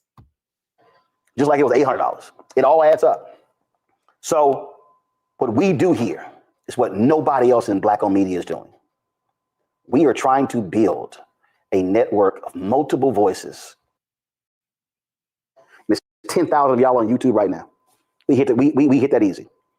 He laying it on thick, ain't he? If you need $20, I mean, you give me 5, but if you gave me 10, I'll take 10, but if you give me 42. Okay, 42 is better than 8, but I'll take 8 cents. I ain't never seen somebody start off with $20 and say I want 8 cents. This man said he want 8 cents to save his show because that money did not come through. You are not getting no Democratic paychecks. You done spent all of that damn money and the Democratic plantation is over with. So this man is literally out here begging. That money didn't even last 2 months, y'all. This is the broken place that the Democratic shills are in. This is why we ain't got to say nothing to them. We ain't got to go back and forth with them because their own existence is in the trash. You can't give us direct on the Cash App because they shut down our accounts. So you can. They shut down his Cash App. Oh, hold on now. No, Roland. We going to get to the truth, Roland. Use Stripe. This is the QR code. I posted the link directly in the YouTube chat. But if you want to use Cash App for Stripe, it's right here. This QR code, if you're listening, go to blackstarnetwork.com. If you want to give via PayPal, PayPal is PayPal.me/R Martin Unfiltered. I don't know how that got there. I don't know how that got there, but it's there. Damn. Wait a minute, though. Ho.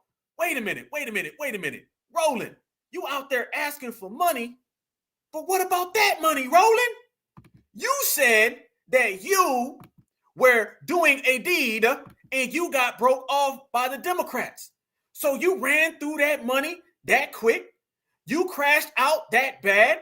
This is how poor this Democratic Shill organization is feeding their shills. Wait a minute. We got some real questions about what's going on over there in Democratic Shill land. But you know what ended up happening, y'all? Let me tell y'all what ended up happening. This ain't the first time that we seen some of this behavior from Roland Martin. Nah. It's hard out here for a shill when they can't tap dance to pay their bills. And it looked like them bills ain't getting paid. So guess what ended up happening, y'all? That was Roland begging for money this week. But y'all remember when Roland was begging for money before the election? This was Roland here. Have to put shows on hiatus or cancel shows. But let me be perfectly clear. And I got no problem telling you this here. That's a possibility. I may have to cancel 3 or 4 of those shows. It's as simple as that. So we don't want to have to do that, but that's a real possibility. So your support matters. And so please send your check and money order to P.O. Box 57196, Washington, D.C. 20037-0196. Cash App, $RM Unfiltered, PayPal, R Martin. Wait a minute. But that was then. And then you also had Roland when he was asking for money here. The Funk Fan Club goes to get 20,000 of our fans contributing on average $50 each. That's $4.19 a month, 13 cents a day. Your support goes a long way for us to be able to do the work that we're doing. So please join our Bring the Funk Fan Club. I'm literally sitting here right now signing the back of checks and money orders that y'all have sent in. And so please support us. If y'all, first of all, y'all looking forward to shout out, y'all want to give to Cash App, PayPal, Venmo, Zelle, I'm going to shout out during the show. So please do so. Go ahead and put it back up. Those are the checks right here. I know some others in our mailbox. I'll get those tomorrow. But if you give during the show, we will shout you out. Somebody on YouTube said, shout me out just for being here. Nope, you ain't getting that shout out by your name unless you give. Ain't no freebie shout outs. Nope, you ain't getting that shout out by your name unless you give. Ain't no freebie shout outs. The man was charging for shout outs. The man pulled out money orders. The man out here talking about Western Union. You know you're desperate for money, how you're asking for the money. But wait, he was also asking for money right here. Damn, Roland. It's frankly, is really pissing me off. So Cash App, for some insane ass reason, decided to change their procedures. And so they now cap the number of transactions you can receive in a day, in a week, and in the month. This man was lying. He was coming up with conspiracies. You see, it went from 20 cents, then it went to 13, then it went to 8, then it was, I'll charge you for a shout out, then it was saying, I'll give you a shout out for free, then it was Cash App trying to stop me, then it was Venmo trying to stop me, Western Union went bankrupt. This man done told 32 different lies so he can get 2 pennies from you. Cash App done stop this and you can't get a cap on your money. But that's not what it says right here though. Ain't that funny? When you're verified, you get an unlimited amount. I have been texting them. I have been emailing them saying, what the hell are y'all doing? How do you not tell anybody? And what's the point of actually doing this? Cap. We're trying to get them to raise it. And so I said to them, it was happening last week. We saw it last week. And then I said, listen, y'all let me know about Monday. So here's what we're going to do.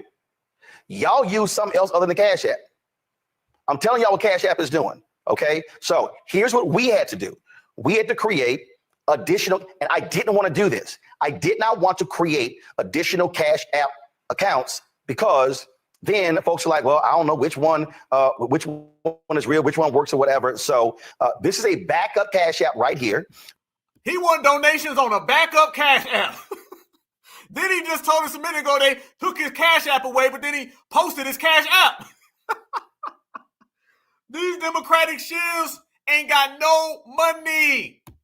Which is $ Uncle Roland Martin. That's what that right there. So come on, go and show it. So that's a backup cash app. We have a third backup cash app. And so we're trying to get them to change this stupid ass policy because it's just dumb. It's just dumb. This is the backup cash app. Here are the other forms that we accept electronically. PayPal. Okay, R Martin Unfiltered. That's me, paypal.me/R Martin Unfiltered. Venmo is /RM Unfiltered. Zelle, Roland@RolandSMartin.com, Roland@RolandMartinUnfiltered.com. And so we are putting pressure on Cash App. I'm about to post this. Stop lying. Stop lying. Stop lying. Damn, family.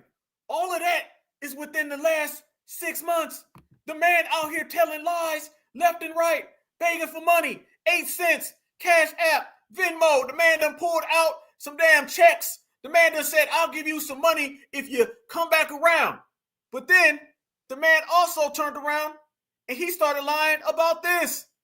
You know, and by the way, the first one was on Monday.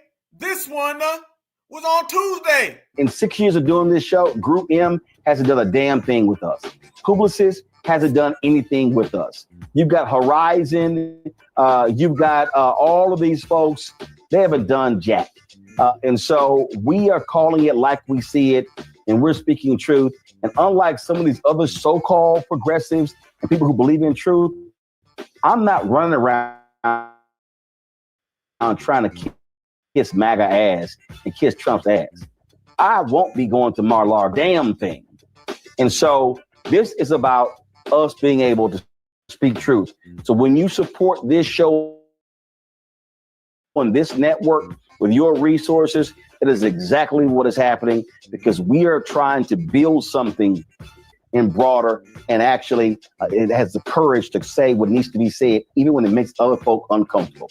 You want to contribute giving Cash App, use the Stripe QR code. This is it right here. And if you are listening, simply go to blackstarnetwork.com to check it out. More donations, begging again, 3 times in a week. You got to be kidding me. I ain't never seen nothing like this before. But then again, have you ever seen bigger Democratic shills than this? No. Where you see shills, you will see begging. Where you see begging, you will see rolling. Also, because you want to see your check and money order, some of y'all old school, we understand that.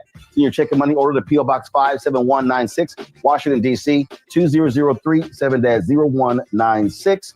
PayPal, R Martin Unfiltered. Venmo is RM Unfiltered. Zelle, Roland@RolandSMartin.com, Roland@RolandMartinUnfiltered.com. And again, folks, we've got some shilling to do. 4 million social media followers.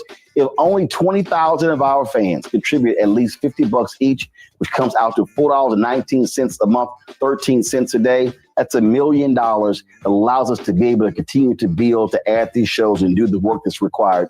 So your support is needed. So please join our Bring the Funk fan club today. If you've not already joined, if you have given to us in the past, please renew your commitment, because it's important that we support Black-owned media, because Black-owned media matters.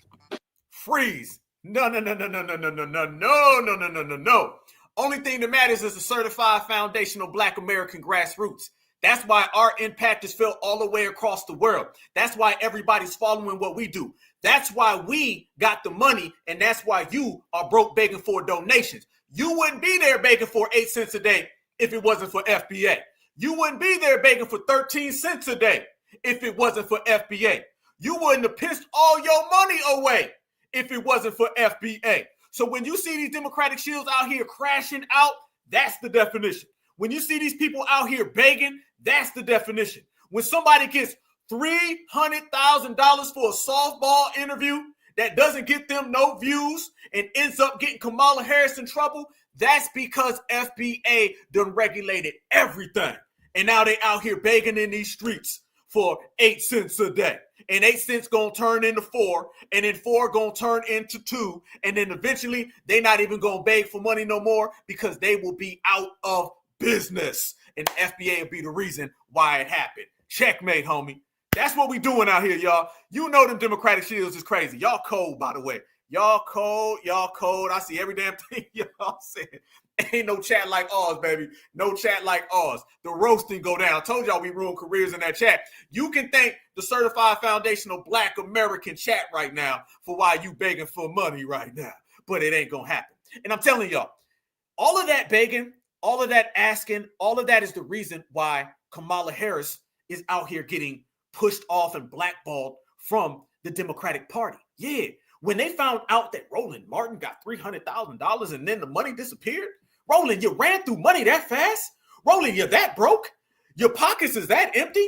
You ain't got nothing in your bank account? I ain't never in my life seen somebody who get $300,000 and now they begging for 8 cents. No, I've never seen that. Family, when you're begging for 8 cents and you got a $300,000 check, you failed. All right? Damn. I'm talking about homeless, racially homeless, socially homeless, politically homeless, just all across the board. That's shameful. That's bad. That's on you. But FBA, we ain't got a problem with it because we're the reasons why it happened. So when you see these people, every last one of them, they're crashing out over money. They're begging for money. They're asking, can you help them? That's because they have no career. Their careers are not going. So therefore, they're out here saying, can you save me? That's a can you save me post right there.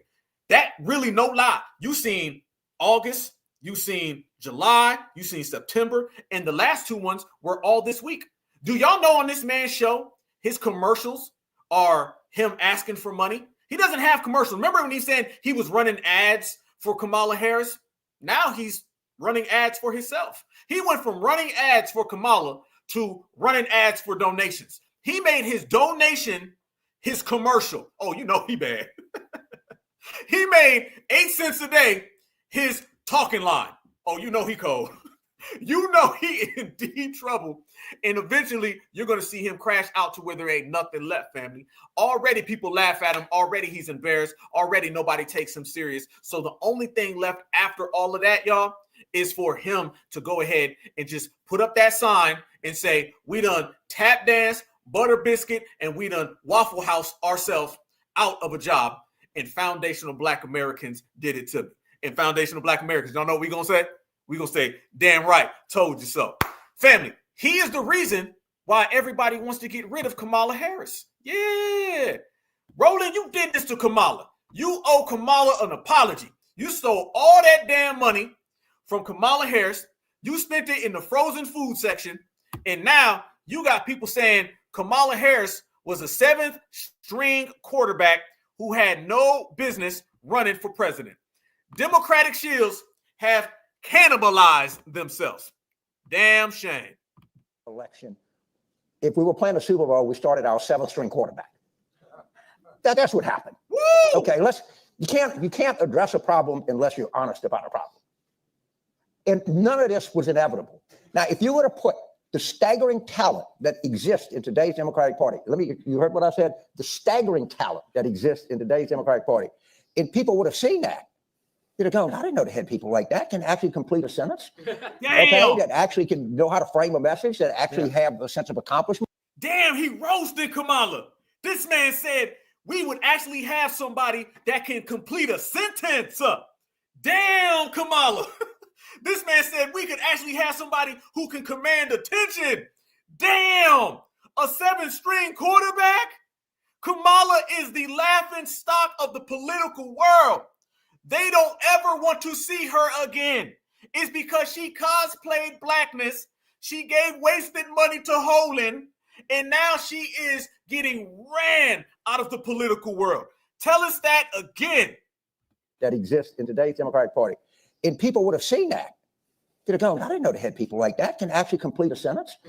Okay, that actually can know how to frame a message, that actually have a sense of accomplishment of doing something. If we would have excited people, and we would have had people from the middle of the country, we would have had people from the coast, we'd have been diverse, and then when you do that, that's how people get involved in politics. We have not had an inspirational presidential candidate since 2012. And that's a problem. When you have a primary and a contest like the playoff, you get a big winner, and that credentials the nominee. They earn it. James suggested earlier, and I was 1,000% for this, we can have a short primary here instead of anointing somebody. And I got called to like a secret meeting with a bunch of senior White House people after the terrible Biden debate with some other non-Trump, Trump opposing Republicans. And I said, this Carville thing is right. Go do a meeting. Let Whitmer go beat somebody, or if Kamala's that good, let her beat somebody to make her somebody, not just an appointment. She was nominated on a telephone conference call. Damn. She was nominated on a conference call. Those are all of the Democrats saying, we don't want your kind, Kamala. And guess who else we don't want? We don't want Roland Martin's kind.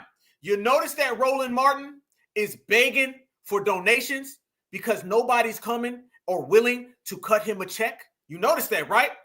The checks are done with Roland Martin. They're not coming. They're not paying Roland Martin a damn penny. He had to only get it from Kamala. Now, if Kamala cannot cut that check for him because they're auditing her, because remember, she lost millions of dollars, y'all are all seen as fraud, waste, and abuse. Let me say that again. Kamala Harris, Roland Martin, Al Sharpton, and all of the blackface Democratic shills are all seen as fraud, waste, and abuse. They will never get any dollar. They will never get any penny ever again from the Democrats, because all they see is if you pay them, you landslide lose elections. You landslide lose elections and everybody gets fired. You can't do nothing about that other than put them out on the streets. And essentially, that's what he was just doing. He was putting Kamala Harris's political career out on the streets.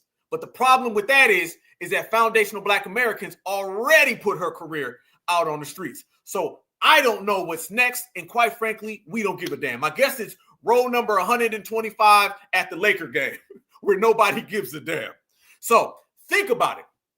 Roland gets paid to do a softball interview with Kamala Harris, and she paid him $300,000. Okay. Well, 2 months later, Kamala Harris has been kicked out of the Democratic Party, and Roland Martin is begging for 8 cents a day. If you cannot wrap your mind around FBA whooping these people up and down the street backwards, then you need to go ahead and check again. That is FBA not only winning, that is FBA dominating. From $300,000 for tap dancing to 8 cents in bacon. From burdened by what has been to put out in the streets with nowhere to go.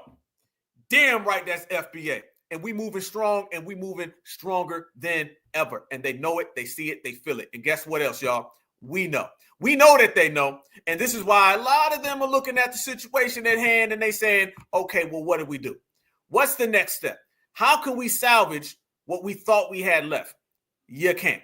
But one of the things that they have been trying to do is that they've been trying to throw people in front of us, y'all. People that ain't really moving the needle. People that ain't really getting anything going. Democrats don't know anything other than the same old outdated tactics. That's all the Democrats know. That's all they know. Democrats say, well, we lost. Let's try this again. We lost again. Let's try that again. Y'all been seeing now one of the main things that they've been doing, and this has been crashing out crazy. Y'all notice they've been showing y'all this individual right here. Oh, yeah. They really think that Jasmine Crockett is going to save them. They really think that. And y'all see they've been roasting her because she's going out there and she's saying a bunch of reckless talk, but she ain't saying it on behalf of us. And all of the dominant society, Jasmine, they not going for Sister Shilling. And we are watching her crash out.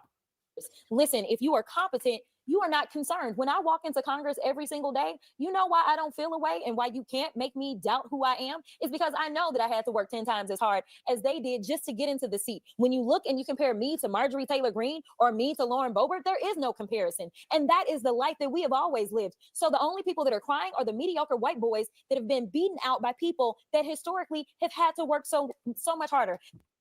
Let me tell you something. You can go ahead and crash out about DEI, but I'm going to tell you right now, talking about mediocre W boys, that ain't going to get you no votes when it comes to the dominant society. Oh, no. Good luck with this one. You're going to have a hell of a time. This is why they don't want us to have education. This is why they are trying to literally say we won't fund the HBCUs, because they know that if they've already gone after affirmative action and they're saying, we don't give a damn about funding HBCUs. We don't give a damn about affirmative action. You know what? Don't allow them to come into, say, these PWIs, as we call them. Don't allow them to come into these institutions. We know why they created the HBCUs in the first place. It was because they wouldn't allow us into the white institutions. And so now they're not allowing us in. And now they're saying, you know what, we're also going to defund the HBCUs. You know why? Because they don't want any more Kamala Harrises. They don't want any more Jasmine Crockett's. But I got news for them. Freeze. Man, let me tell you something. They'll take 100 Kamala Harrises because Kamala Harris just got wiped in an election. You think that they're afraid of Kamala Harris? They want 1 billion more Kamala Harris's. Yes, because Kamala Harris ain't invoking no fear. The Republicans are out here openly saying, please run again. And they're not afraid of you either. Man, I'm telling you, she out here crashing out. Allowing us in. And now they're saying, you know what, we're also going to defund the HBCUs. You know why? Because they don't want any more Kamala Harrises. They don't want any more Jasmine Crockett's. But I got news for them. I don't care what they do. We will fight to the end to make sure that we get our due. Because again, if you want to talk about the people that shouldn't be in this country, you probably need to look in the mirror. Because the last time I checked, the Native Americans who some of ICE have been rounding up. Oh, here we go. Here goes the everybody other than FBA built America. Here you go. You knew it was coming, y'all. Because the last time I checked, the Native Americans who some of ICE have been rounding up, or the Puerto Ricans who are absolutely Americans. Listen, the only people that came and colonized this place are your ancestors, Trump. Oh, and guess who else's ancestors? Joe Biden's. Guess who else's? Bill Clinton's. Oh, this shows you again, like what we always say, family. They think that supremacy only exists if you're a Republican. They always dance around, maneuver around any type of supremacy coming from the Democratic Party. Oh, no. See, what she does, y'all, she goes around and she talks all that sister stuff and supremacy this and supremacy this. You ain't going against supremacy. Her and Roland Martin, all they do is act like they are some type of crusaders against supremacy. In reality, they're puppets of democratic supremacy. They love supremacy if it's painted in blue. Don't come up in here and act like that. Black Americans do not rock with no damn Jasmine Crockett. We never have. She ain't speaking for us. If you care so much about supremacy, how come you don't go push for reparations? Notice how she brought up the Indians. Notice how she brought up Puerto Ricans, but nothing about reparations. Notice how she'll talk about supremacy, but nothing about a hate crime protection for us.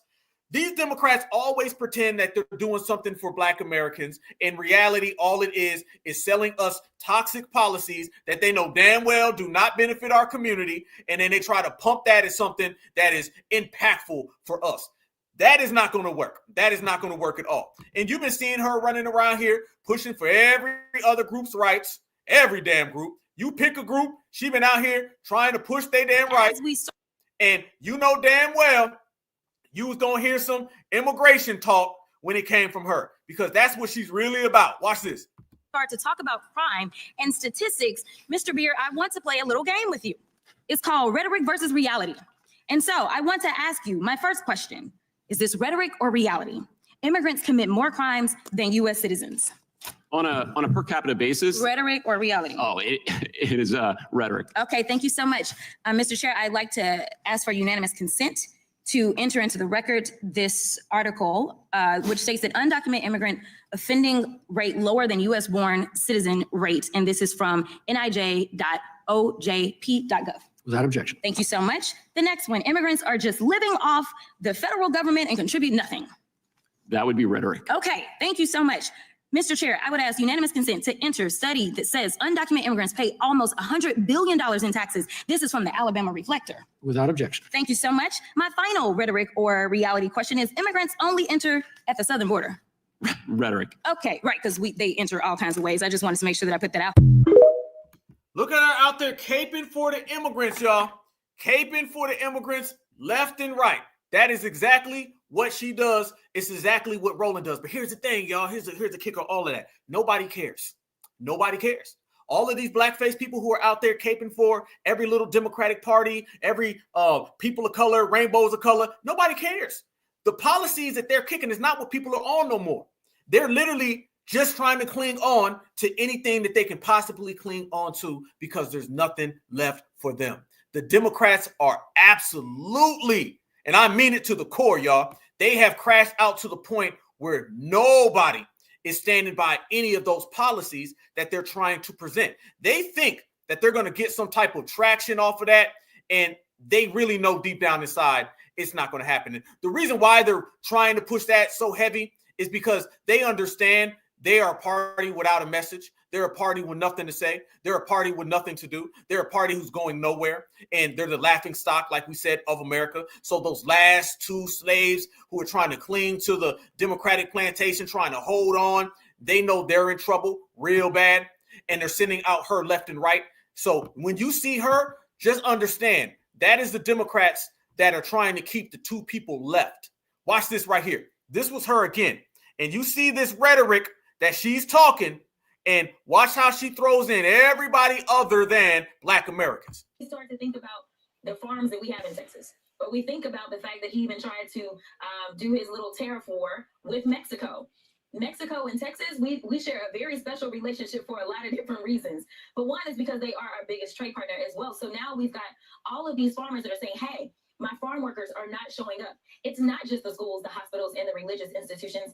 It's actually everywhere. They are afraid to go to work, and that's only ending up causing more issues for us as Americans. And that's what I need people to understand. This isn't a matter of, oh, well, that's over there.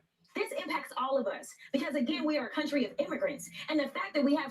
Whoa! Wait a minute. Whoa. What are we? Well, that's over there. This impacts all of us because, again, we are a country of immigrants. Because, again, we are a country of immigrants. Because, again, we are a country of immigrants. And the fact that we have so many people that either don't know our history or want to ignore our history, or as we know, this administration, especially in Black History Month, they want to delete our history. The reality is that immigrants have always been what made this country great. Using immigrants and combining it with Black American history. Family, this is what happens when delineation got everybody shook. This is the result of our delineation. When you see delineation like we have right now, you start hearing this type of babble. She's trying to do anything possible to hold on to the old ways of everybody can come on in. All lives matter. No. This is failing clearly. Not this white supremacy agenda, which is what we are dealing with. And this is what they are doing. They are instilling fear, whether you are Black, whether you are brown, whether you are someone who just wasn't born here. It's kind of like the birthright citizenship. That is something that we find in our Constitution. And he decided, he probably knew that with the stroke of a pen, he couldn't do anything about it. But guess what? He caused confusion. So she's trying to tie in birthright citizenship, Black history, and immigrants. Birthright citizenship, Black history, and migrants. Everybody other than the last clip we just showed, she was running around here talking about who built the country, and then she tried to throw in at the very last second, well, immigration don't come in through one border. Yeah, let me tell you something. If immigrants don't just come in through the southern border, they're also coming in by flying, and they're being brought in by Joe Biden and Kamala Harris. But when you look at her and you start to really study where she's coming from, see, she done made a super mistake. And that mistake is that you done came up on the radar of Black Alpha Network, certified Black society, and we don't play them damn games. We ain't here to play no games. We're here to keep it all the way thorough. You feel me? Out here in these certified streets. So she comes out here and she runs all of that talk, everything that she out here trying to say. Brothers and sisters ain't going for it because you don't hear people out here really rocking with her at all. Remember, y'all, the only people you see talking is your typical standard Democrats who are the only ones on the plantation in the goddamn way. But look at this right here, y'all. This shows you clear as day what type of time Jasmine Crockett was on. We paid her a little visit on the Black Alpha Network, and we want to see some of her donors. Yeah. Let's check out some of her donors, right? Jasmine Crockett. There's a website, which I'm always speaking about, and it's called opensecrets.com. What is opensecrets.com? Opensecrets.com is where you see every single donor and every single campaign contributor that is out here supporting all of these groups. So when we paid her a little visit, we want to see who's pushing all of her lies and who's pushing all of her games. Remember, y'all, Everybody's getting their paperwork snatched right now. Roland Martin, he got his paperwork snatched. You see, he went from $300,000 to 8 cents. Kamala Harris, she went from $1 billion to in the billionth row at her Laker game. Now you're starting to see all the Democrats throwing these hissy fits because USaid cut off all those tethers and all those programs that they were trying to push. Everybody's getting their paperwork snatched, and everybody's trying to figure out where the money's going. So when you start looking at her, you say, okay, well, where the money going? Let's go ahead and look at some of these people who have been paying you off and why you've been getting a lot of kickbacks. So when you see them and they're talking about the people of color, you know somebody telling them to say that. When you see them pushing the immigrants, you know they're being pushed to say that. Well, we did a little research on Miss Jasmine, and the main thing that we came to see is that she got some donors that are clearly behind a lot of those anti-FBA policies that she's been running around here trying to put on the front table. Yeah, y'all see right there, her and Roland Martin are bucking them eyes, right? For a burger and a biscuit. Well, the burger and the biscuit are only two of the problems that they have. One of the main problems that she gonna run into is this right here, y'all. She thinks that everything is sweet, but we see some of her donors pop up right here. Look at this, y'all. This shows you the campaign contributions that she got. Oh, no. We're going to put your paperwork on the table. Let's go ahead now. You want to run around here and you want to talk about history and Black history and all those other histories. Well, we're going to talk about some history about them paychecks that you've been getting. And them paychecks that you've been getting, it's been showing us that you've been getting a hell of a lot of kickbacks from a hell of a lot of people. And none of these people are on the certified side.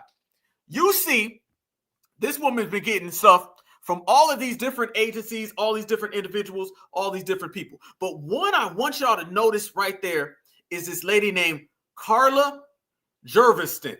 Yeah, Carla Jerviston.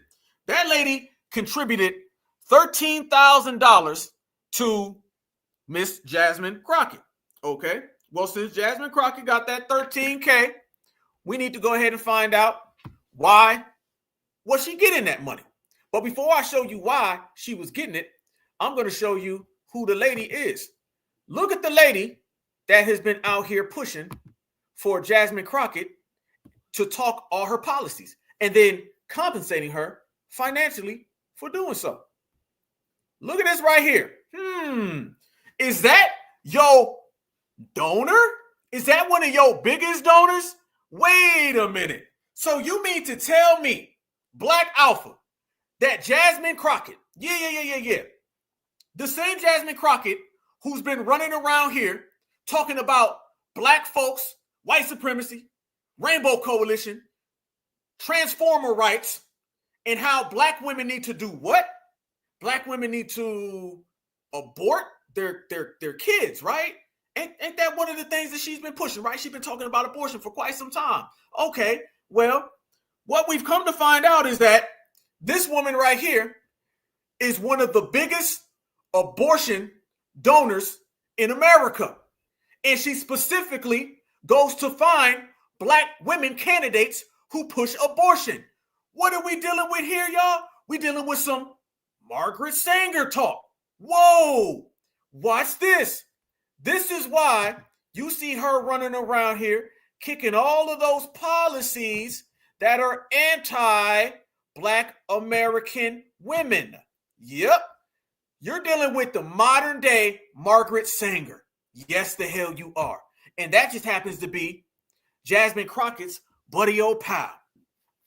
Jerviston has volunteered for Democratic political causes for over 30 years. We ain't talking about no young buck. We ain't talking about somebody who just showed up. We talking about somebody who's been around for quite some damn time. Okay. On top of that, first serving as a congressional precinct captain in 1988. Damn. In 2008, Jerviston was a door-to-door canvasser for Barack Obama, who said that Margaret Sanger was one of his heroes. And then again in 2016 for Hillary Clinton. Damn.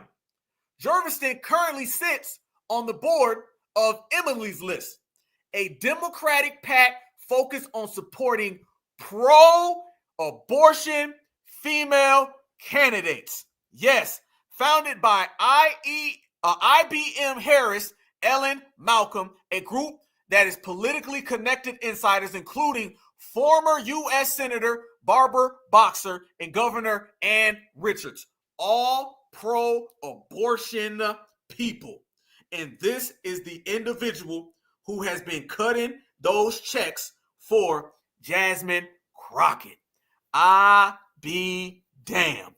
Once again, every single name y'all see, from Emily's list, all the way down to Ann Richards, all the way up to Barbara Boxer, all the way to the IBM Harris, Ellen Malcolm, all of them are pro-abortion. So you see that Miss Jasmine has been out here fully connected to the abortion team. And guess who she is, y'all? She is the dominant society's black abortion puppet. There you go. Because trust and believe, she's not out here advocating for abortions for white women. She ain't allowed to. She's not out here advocating for abortions for the dominant society. She's not allowed to. She's been going around and she's been talking about abortions for Black Americans. And guess what she was doing when she was talking about abortions for Black Americans, y'all? She was trying to combine it with white supremacy. Oh, so what she does is she uses the term white supremacy to make it look like she down with the sisters. And as soon as she says she's down with the sisters and she talk about supremacy, she pivots you on over to abortion. Soon as she starts talking about supremacy and make it look like she down with the brothers, she pivots you on over to the Rainbow Commission. Soon as she starts talking about supremacy to all of the Black American family, she pushes you off onto the migrants. The reason why you seen her hanging out with Margaret Sanger #2 is because you've been seeing this talk right here. Is this not bought and paid for by Margaret Sanger #2? It's a white supremacy agenda. This is all about white supremacy. Even their anti-trans kids bill, that's a white supremacist deal. And honestly, as far as I'm concerned, we're dealing with a white supremacy issue when it comes to the abortion pill, white supremacy issue when it comes to the abortion pill, the abortion pill issue that they wanted to add to the call. Because when we look at the growth in this state over the last 10 years, over 80% of the growth has been due to people of colors, not white folk. Mm-hmm. So, you know, it's a white supremacy agenda. Yeah, it is. It is a supremacy agenda. But the only issue is the supremacy agenda has been her standing on the side of supremacy against Black Americans. It's a white supremacy agenda. This is all about white supremacy. Even their anti-trans kids bill, that's a white supremacist deal. And honestly, as far as I'm concerned, we're dealing with a white supremacy issue when it comes to the abortion pill issue that they wanted to add to the call. Because when we look at the growth in this state over the last 10 years, over 80% of the growth has been due to people of colors, not white folk. There it is. There it go. Super receipts. That shows you already, y'all, that she is funded by the same supremacy she claims that she's against. And all the Democratic shills do is use the term supremacy so they can flip it and push supremacy on you. Nice try. They get around us and they be like, supremacy, supremacy, supremacy. And then when they go behind closed doors, they start taking them kickbacks. They start taking them dollar bills. And then they start talking about how Black people need to abort their kids. Remember, y'all, she just sat there and said abortion, but she tied it into people of color. Why ain't she talking about abortion for W women? You notice that? You ever notice that all of these Black Democrats, when they talk abortion, they don't never talk about abortion with the dominant society. They make sure that when they speak about abortion, they're not talking about Karen. They're not talking about Becky. They talking about Black folks. If they can slide in a couple of Latinos here and there, fine. but her job is to push abortion on black folks. Her agenda is to push abortion on black folks. And clearly Black Alpha has exposed that her getting paid was for her to push abortion on black folks. And if you're pushing that, you add the immigration, you add the Rainbow Coalition and everything else. And that just shows you that is another Democratic shield that we have exposed, we have canceled, and we have deleted. You don't talk for FBA. It has never been the case, y'all. So we had to go ahead and pull that out. And now a lot of people are starting to look at her sideways, and all of that talk that she's on, nobody's rocking with it. It's not going to go nowhere. You know what I'm saying? Because that is a different time frame, and that is a different agenda that, quite frankly, the American people ain't going for, and damn sure the black grassroots. See, here's the thing. You're not going anywhere in America without the black grassroots support. And if you don't have the black grassroots support, then you won't have a career. And she doesn't really have a career. She's kind of like Stacey Abrams. Y'all remember Stacey Abrams? They kept pushing her and pushing her and pushing her. And then you start looking at Stacey Abrams being like, you ain't really ever done much. You know what I'm saying? Only thing you know about this lady is her talking about people of color and trying to push that off on black folks. She ain't really pushed nothing serious. She's really more of a mockery than anything. And now people are looking at her and they starting to pull out some receipts on her campaign contributions. I'm one of them. And they're starting to talk about some, well, you starting to live good. Trust me, the Democratic auditing process applies to her. The fraud, waste, and abuse that all of the black Democrats are viewed as applies to her. She's just the last smut on the Democratic plantation that don't want to leave. But guess what? You ain't got to leave because they're going to kick you out. Watch this right here. Now you slowly starting to see things like this pop up. And when this pops up, then you know they already looking at them dollar bills.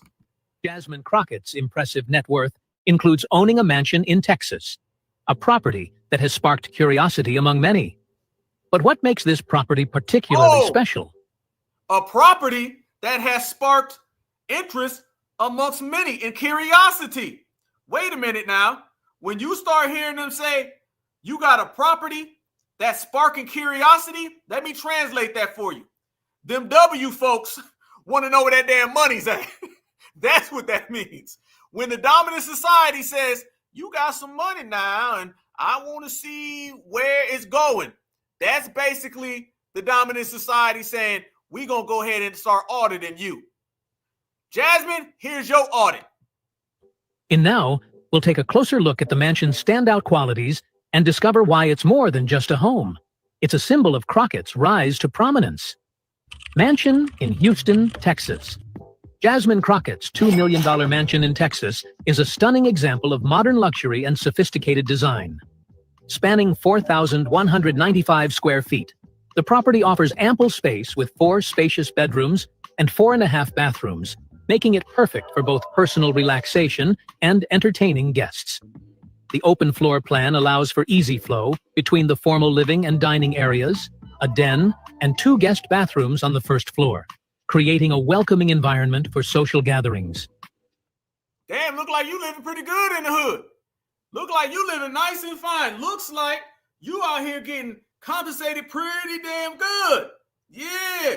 So this is them now starting to go ahead and digging into her finances. This is them saying, okay, we done already checked out Kamala. We done already checked out Joe Biden. And now we're going to have to start checking out your money. This is the, where you get all that money from? And y'all know when this starts, this is the beginning of the dominant society saying, we see you and we got some questions that we need answered. Proceed. For entertainment, the home boasts a media room and a game room, ensuring there's something for everyone to enjoy. The luxury kitchen is at the heart of the home, featuring a solid wood center island, stone countertops, and pendant lighting over the bar. LED wallpaper adds a modern touch to this already stunning space. Whether preparing meals or hosting friends, the kitchen is designed to be both functional and visually striking. Adjacent to the kitchen is an elegant living and dining area, creating the perfect space for hosting intimate dinners or larger social events. The master bedroom offers a tranquil retreat, complete with large custom closets that provide ample storage space.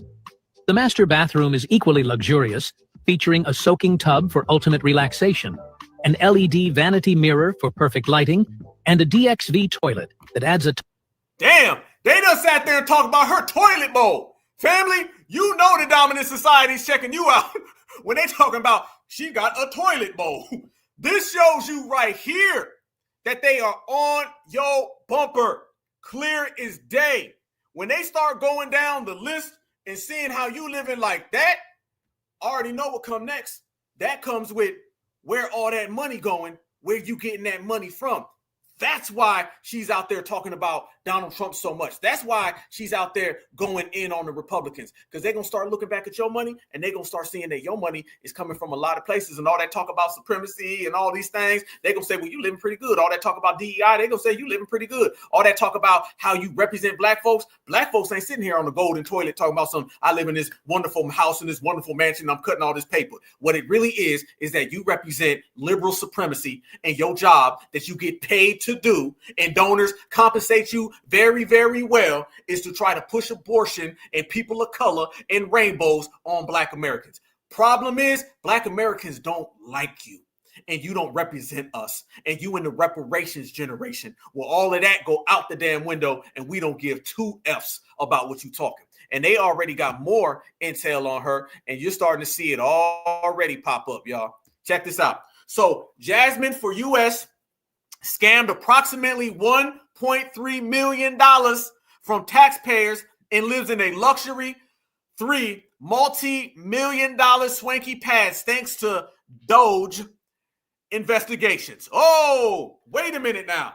So that same investigations that Doge that everybody's talking about USaid, they did their own investigation and found out that she lives in a 1.3. Hold on, wait a minute now. She took $1.3 million and she lives in a multi-million-dollar mansion, the one I just showed you. So this is clear evidence that the same investigation that's going on in America, the same auditing that we're all seeing right now, has exposed that she's living very damn good. I thought that it was just us calling it out. I thought that it was just us representing. Apparently, this is why her, Maxine Waters, and Roland Martin have all been breaking down. Donald Trump literally just started doing this audit about USaid. They just start doing this audit and start talking about Dodge, and they already found dirt on her. This is a matter of 2 days, y'all. In 2 days, they already found out $1.3 million that she scammed from taxpayers. She's living in a multi-million-dollar mansion with a golden goddamn toilet, but yet she's running around here talking about everybody and anybody can be black in foundational Black American History Month. No, that don't work that way. Never, not at all. So, family, think about that. 2 days, and they already are talking about her being a scam artist, and they're already talking about her stealing money. 2 days, they already are digging into her paperwork and seeing that she is taking money away from taxpayers. 2 days, they already got all of her dirt out there in the streets saying, we seize you, Jasmine. That shows you why every single Democrat is out here afraid. The ones you see who are the most against them shutting down all those departments, all that fraud, waste, and abuse, those are the ones with the most to hide. So they've already put her receipts on the table, and it ain't looking too damn good. If they found that dirt in 2 days, trust and believe, every time she runs her mouth, somebody gonna put another scandal on the table. What did we say, family? Anytime they disrespect FBA and it's seen that they can't keep us in order, then they become disposable. When you become disposable, they start talking about your golden toilets in your mansion and how you took $1.3 million from taxpayers. That is called fraud, waste, and abuse. We already know she a fraud. We already see that she's been wasting. And now you see the abuse is about to be Donald Trump and the Trump administration mopping them up the damn street and canceling their whole political careers. Damn shame what they'll start in just 2 days. But damn funny when you watch it all go down. And I don't care.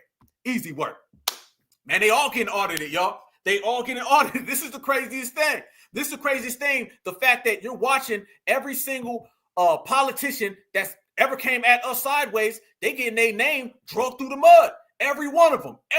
And they talking about her right now, crazy on social media. On social media, everybody's talking about her, and everybody's talking about how she has taken that money and how she's used that money. And now there's nowhere else to go other than getting put on that spotlight, getting highlighted, and for them to start go ahead and running up some charges. It all starts with this, and either you are going to bow out gracefully or you're going to start seeing people get snatched up. At the bare minimum, y'all, these people will be rendered useless.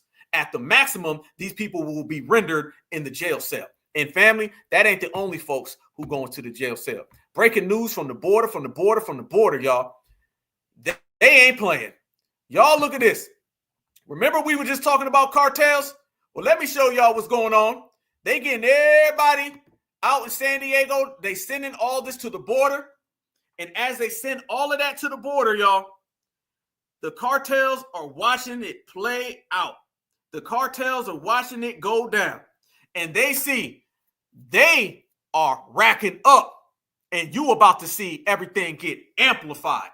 No way in hell did the Democrats think that this was going to happen. Remember, y'all, they told us it was against the Constitution for Donald Trump to use any type of force at the border. Y'all remember that? Y'all remember that? I remember that. We all remember that, right?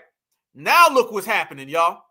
They are openly sending everything to the border so they can openly get at it one-on-one with the cartels.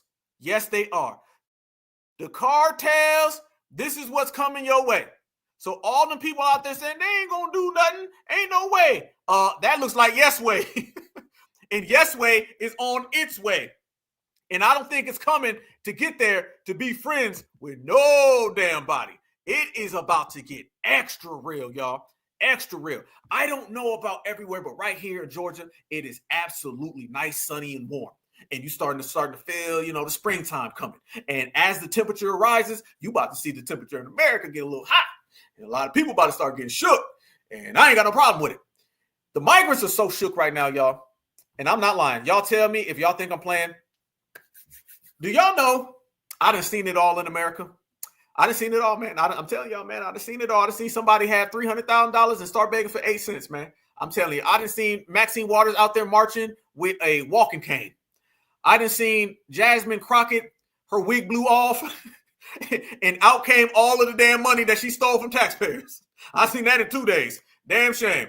Jasmine Crockett, she about to be Jasmine handcuffed once the dominant society get a hold of that. And we've exposed all of her games that she plays, all of her hating that she does, and we've exposed all that smut activity. Easy work. But y'all, do y'all know I done seen that damn Coca-Cola done called ICE?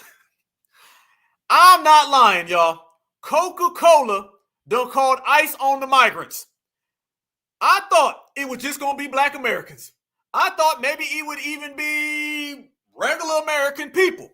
I never thought that I would see the day where Coca-Cola picked up the phone and called ICE. Ain't nobody got no excuses for calling ICE when Coca-Cola done grabbed the phone and they said, we tired of these damn migrants. When Coca-Cola is making phone calls in America, you know things done got real. Things done got true. Family, y'all look at this right here. Apparently, Coca-Cola told all the migrants that work for them that they got a meeting to go to. Soon as the meeting occurred, Coca-Cola called ICE. Hey, think about it. Coca-Cola called ICE. I guess that was some cold Coca-Cola. When Coca-Cola's calling ICE, you know America done got real. When Coca-Cola done picked up the phone, you know things done got true. And when foundational Black Americans start reporting it, y'all, we can't do nothing but laugh. Migrants, it's a bad day. Coca-Cola don't even want you here. Let's go. Happening with Coca-Cola? So if you didn't know, the Latino community is completely boycotting Coca-Cola, which is crazy to me because Mexicans love Coca-Cola. They are some of the most loyal customers to Coca-Cola. But according to Coca-Cola immigrant workers, Coca-Cola called ICE on its own employees. So according to the immigrant workers, they were working their shifts. And guess who strolled into work to come pick them all up? Yeah, Border Patrol. Estamos desde una tienda fiesta y usted observe, nosotros los latinos somos gente de coraje. La gente latina. They going at Coca-Cola. You know you ain't got no movement. You know you ain't got no revolutionaries. You know you ain't got no traction. When you out here burning flags and protesting Coca-Cola, you ain't even protesting Coca-Cola because you don't like Coca-Cola. You protesting Coca-Cola because Coca-Cola said we want all the smoke. They getting that Coca-Cola smoke. And Coca-Cola calling ICE. Damn. Cuando la traicionan, juega traición. Así que usted observe en esta tienda fiesta cómo está la coca. La coca está a más no caber aquí. Miren. So crazy thing, Coca-Cola company is being boycotted by all the Hispanics and Latinos. If you know anything about Coca-Cola, it's been through generations. Like the people love Coca-Cola, Hispanic, especially Mexicans, Hispanics all over Latin America. And the reason is because they actually not align with the immigration policies or adding to the immigration policies, where there's like apparently some places on this company when they call ICE on their own people. Coca-Cola. Did y'all hear? Tell me you didn't funnel a whole lot of illegal immigrants who you hired into a room and lied to them about how there was a meeting. And then you had them all cornered by ICE.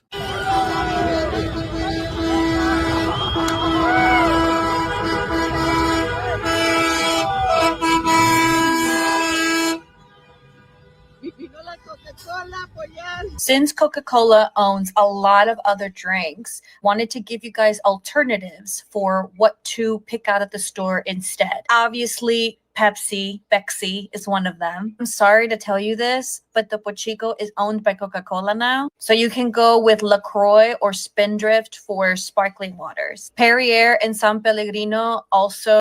She said, if you don't want Coke, you can get some sparkling water. Family, you can say whatever you want about FBA. We ain't ever been out here telling folks, if you don't want Coca-Cola, you can get a sparkling water. That'll make reparations happen. We ain't gonna get reparations unless we quit drinking Coke. Get the hell up out of here. Are not owned by Coke, but they're owned by Nestle, who is also problematic. He's the guy that wants to privatize access to water, so I would maybe not drink those. Juice alternatives, you can do Tropicana, Honest Tea, Tazo Tea, sports drinks. Not Coca-Cola, come on. So I heard the Latino community is boycotting Coca-Cola because Coca-Cola decided to call ICE on all of their immigrant workers. So the workers all went to work like normal. Next thing you know, ICE is pulling up to the work site and taking all of the immigrant workers, and come to find out it was the company who called ICE on their own employees. I'm not sure if you guys have heard, but I know we're boycotting Coca-Cola. However, there are some rumors and some articles that have been posted about Coca-Cola supposedly having fired many undocumented workers that were working in their Coca-Cola factories in Texas. After they were fired, Coca-Cola themselves allegedly called immigration on them. Did y'all hear about what was happening with Coca-Cola? Damned.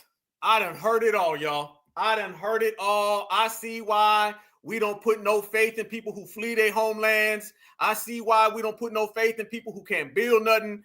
You end up Capri Suns. Yeah. They're going to start beefing with Capri Suns next, y'all. They're going to be like, don't you get a Capri Sun? It's no good. It's not right. Here's an alternative. Get the hell up out of here. These people are literally going at it with Coca-Cola. Fam, we ain't got the time in the day to have no damn battle with Coca-Cola.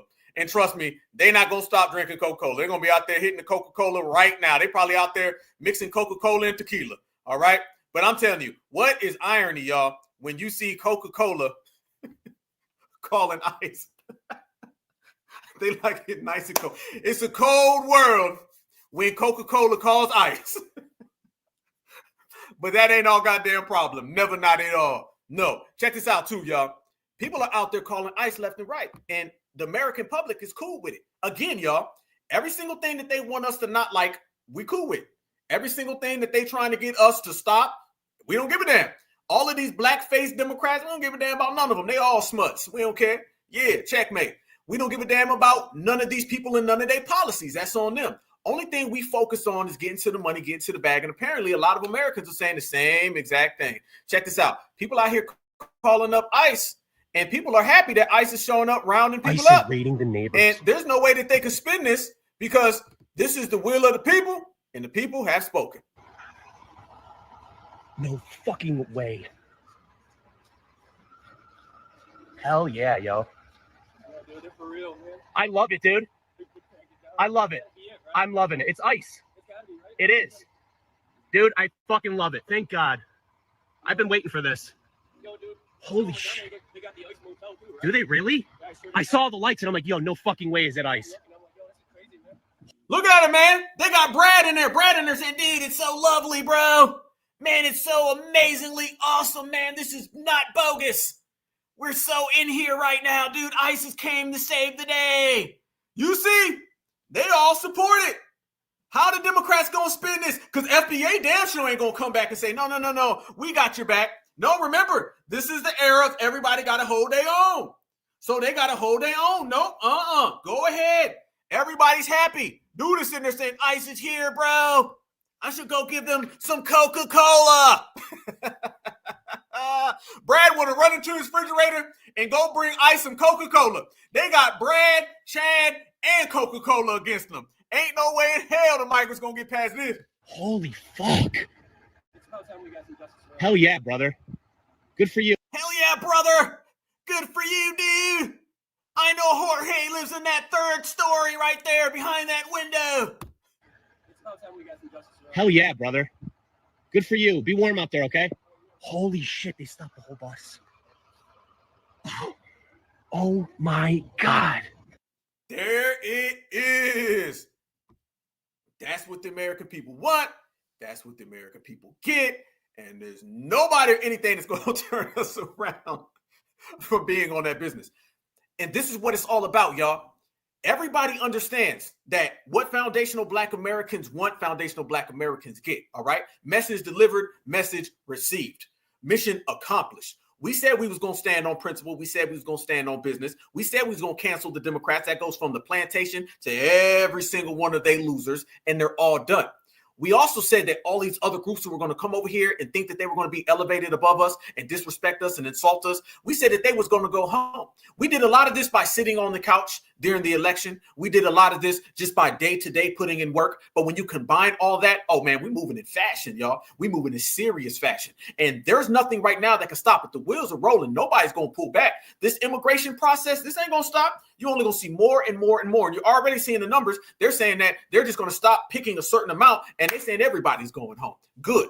Birthright citizenship. They try to come at that. We said, no, they don't have nothing. There's not one single Democrat that's worth a damn. None of them. All right. And that is good because we made all of them completely irrelevant. We made all of them nobodies. We put that check on them, that stamp on them. And once you get that FBA stamp, it ain't too good. It ain't too good. No. See, our stamps ain't out here proving people. Our stamps are out here ruining people. So when you see that FBA stamp, it's like, no. And that's really what's happening. Everybody's coming right now and they looking at somebody and say, how does FBA feel about them? Oh, FBA ain't rocking with them? Then get away from them. How does FBA feel about this politician? Oh, FBA don't rock with them? Get them out of here. We're ruining careers. We were just sitting here talking about that not long ago. We said, once we start ruining careers and we start affecting money, it changes. Y'all know in the system of supremacy, one of the only things that they respect is the loss of money, right? And we've been making them lose money. See, before, people didn't really make them lose money. We don't got to go protest no DEI and go to Costco's and Target. Man, we don't give a damn about none of that. You know why? Because Al Sharpton, Roland Martin, and Jasmine Crockett, we can make all them go bankrupt, and we are. We're making them lose all their goddamn money. We're making them lose all their deals. Yep. So we're taking money away from all of them. Why we got to go and do any bull S boycott anywhere else? We ain't got to. We can ruin the Democratic Party financially, so we ain't got to get behind none of their BS financial boycotts that are from 1962 any goddamn way. We're affecting money the best way we know how, and that's simply by cutting everybody off. Everybody's being cut off from anything. This is the you got to get it on your own era. I understand there's a lot of things that we never seen before in America. There's a lot of things going on in the United States that are brand new. But I'm here to tell you everything that's going on that's brand new in America that you've never seen before is all a direct result of foundational Black Americans making everybody else get it on their own, making everybody else hold their own you know what, making everybody else stand on their own lineage because they can't stand on ours. Everything comes back to us. We have already right here on this episode, family, broke down receipts. We broke down all types of invoices. We done put it all on the table, right? And the main thing that we've done evidently clear is how we point it all back to us. Tom Homan comes out and he says, we want to do mass deportation because the Black community is pissed off in Chicago. Tom Homan's in Chicago with Dr. Phil the first week of Donald Trump being president. FBA, we did that. Then you see Donald Trump come out and he says that the 14th Amendment is for the children of Black slaves. Boom. That's us. We did that. Now you're seeing him come out and say, oh, and by the way, we're going to start auditing everybody.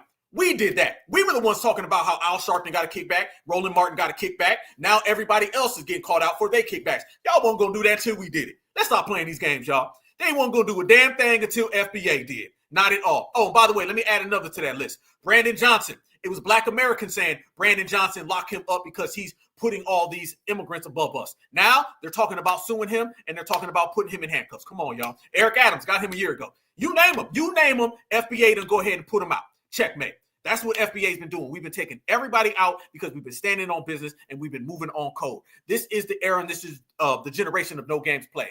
This is just phenomenal work we're doing. We're doing phenomenal work out here in the streets and we're weaponizing our decisions. We're making wise decisions and we're moving in a very course action. That is the way you win. That is the way you hold things down. And quite frankly, we don't know nothing else, y'all. We don't know nothing else. I mean, goddamn, Coca-Cola is calling ICE on migrants. Speedy Gonzales done got sent back to Mexico. What more do you want from FBA? It can't be anything other than us focusing on ourselves. It is simple and plain.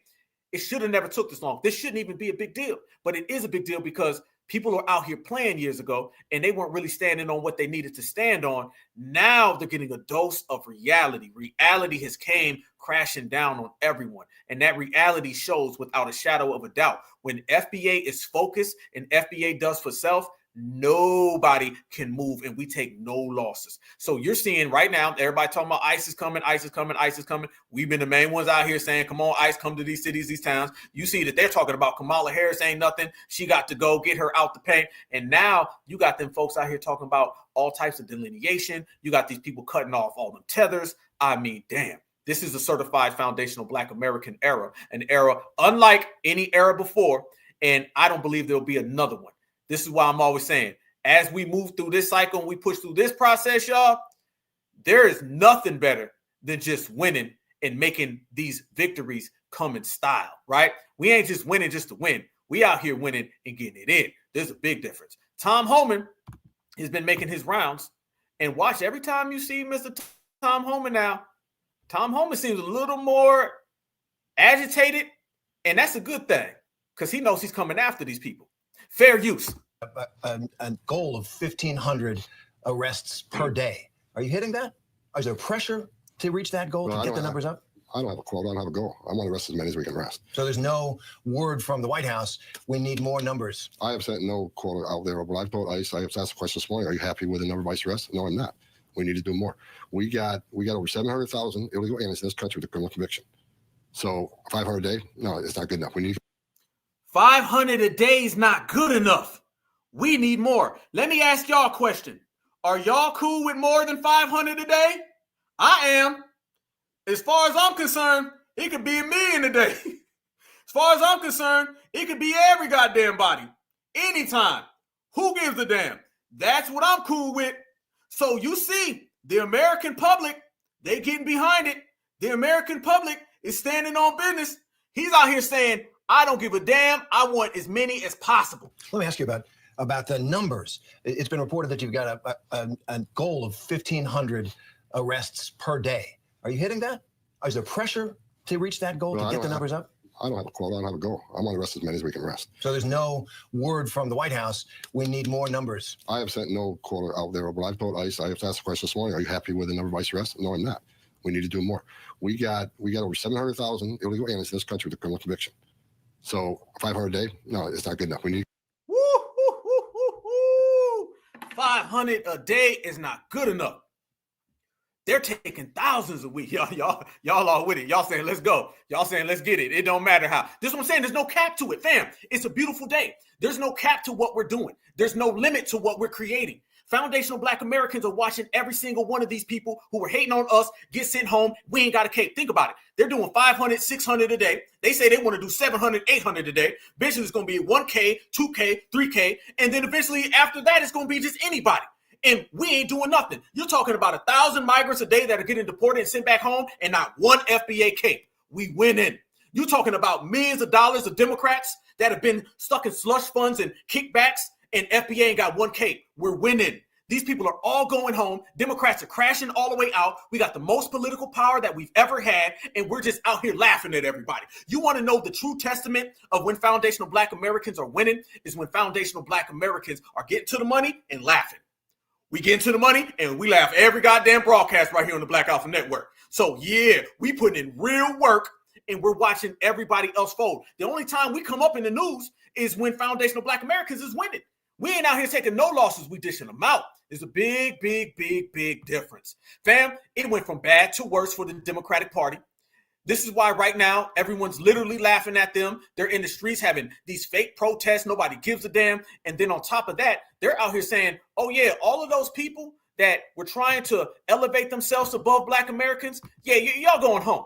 And all those politicians that were trying to people of color us, they're going home too. Y'all remember just a week ago, we were talking about how all of these different people come from all these different countries. And when they get here to America, the first thing they try to do is speak on our behalf.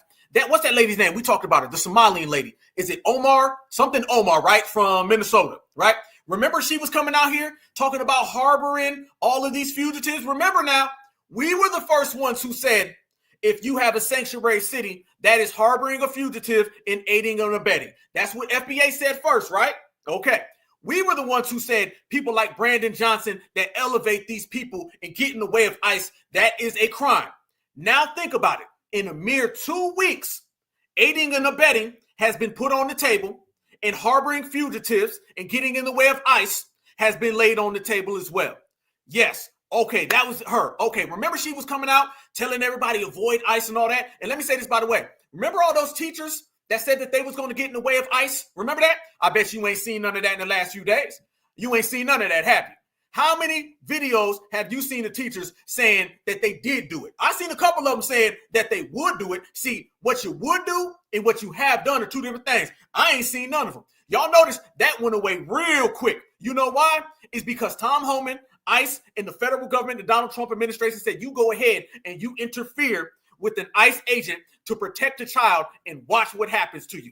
Notice all of that super mammy teacher, that all went away real quick. Because you found out that putting your life on the line, your livelihood on the line, and your teacher's license ain't good enough for Pedro Jr. And they put an end to that real quick. That ceased to exist fast. Because trust me, if Brandon Johnson can get prosecuted for getting in the way of ICE, what you think Miss Mammy, the third grade teacher, is going to get? And Miss Mammy got that message fast. See, let me tell you, foundational Black Americans, we've made every single message delivered and everybody else is receiving it. So watch this right here. You seen her. She was talking all that stuff about she going to get in the way and she's going to stop this. Now they saying she goes ahead and gets in the way and we going to arrest her. Watch this. Just want to follow up with this post that you had on X. You said that Congresswoman Ilhan Omar, U.S. citizen, should be deported to her home country of Somalia. Omar became a naturalized citizen at 17. Why did you do that? Listen, my colleague Ilhan Omar, she is an American citizen.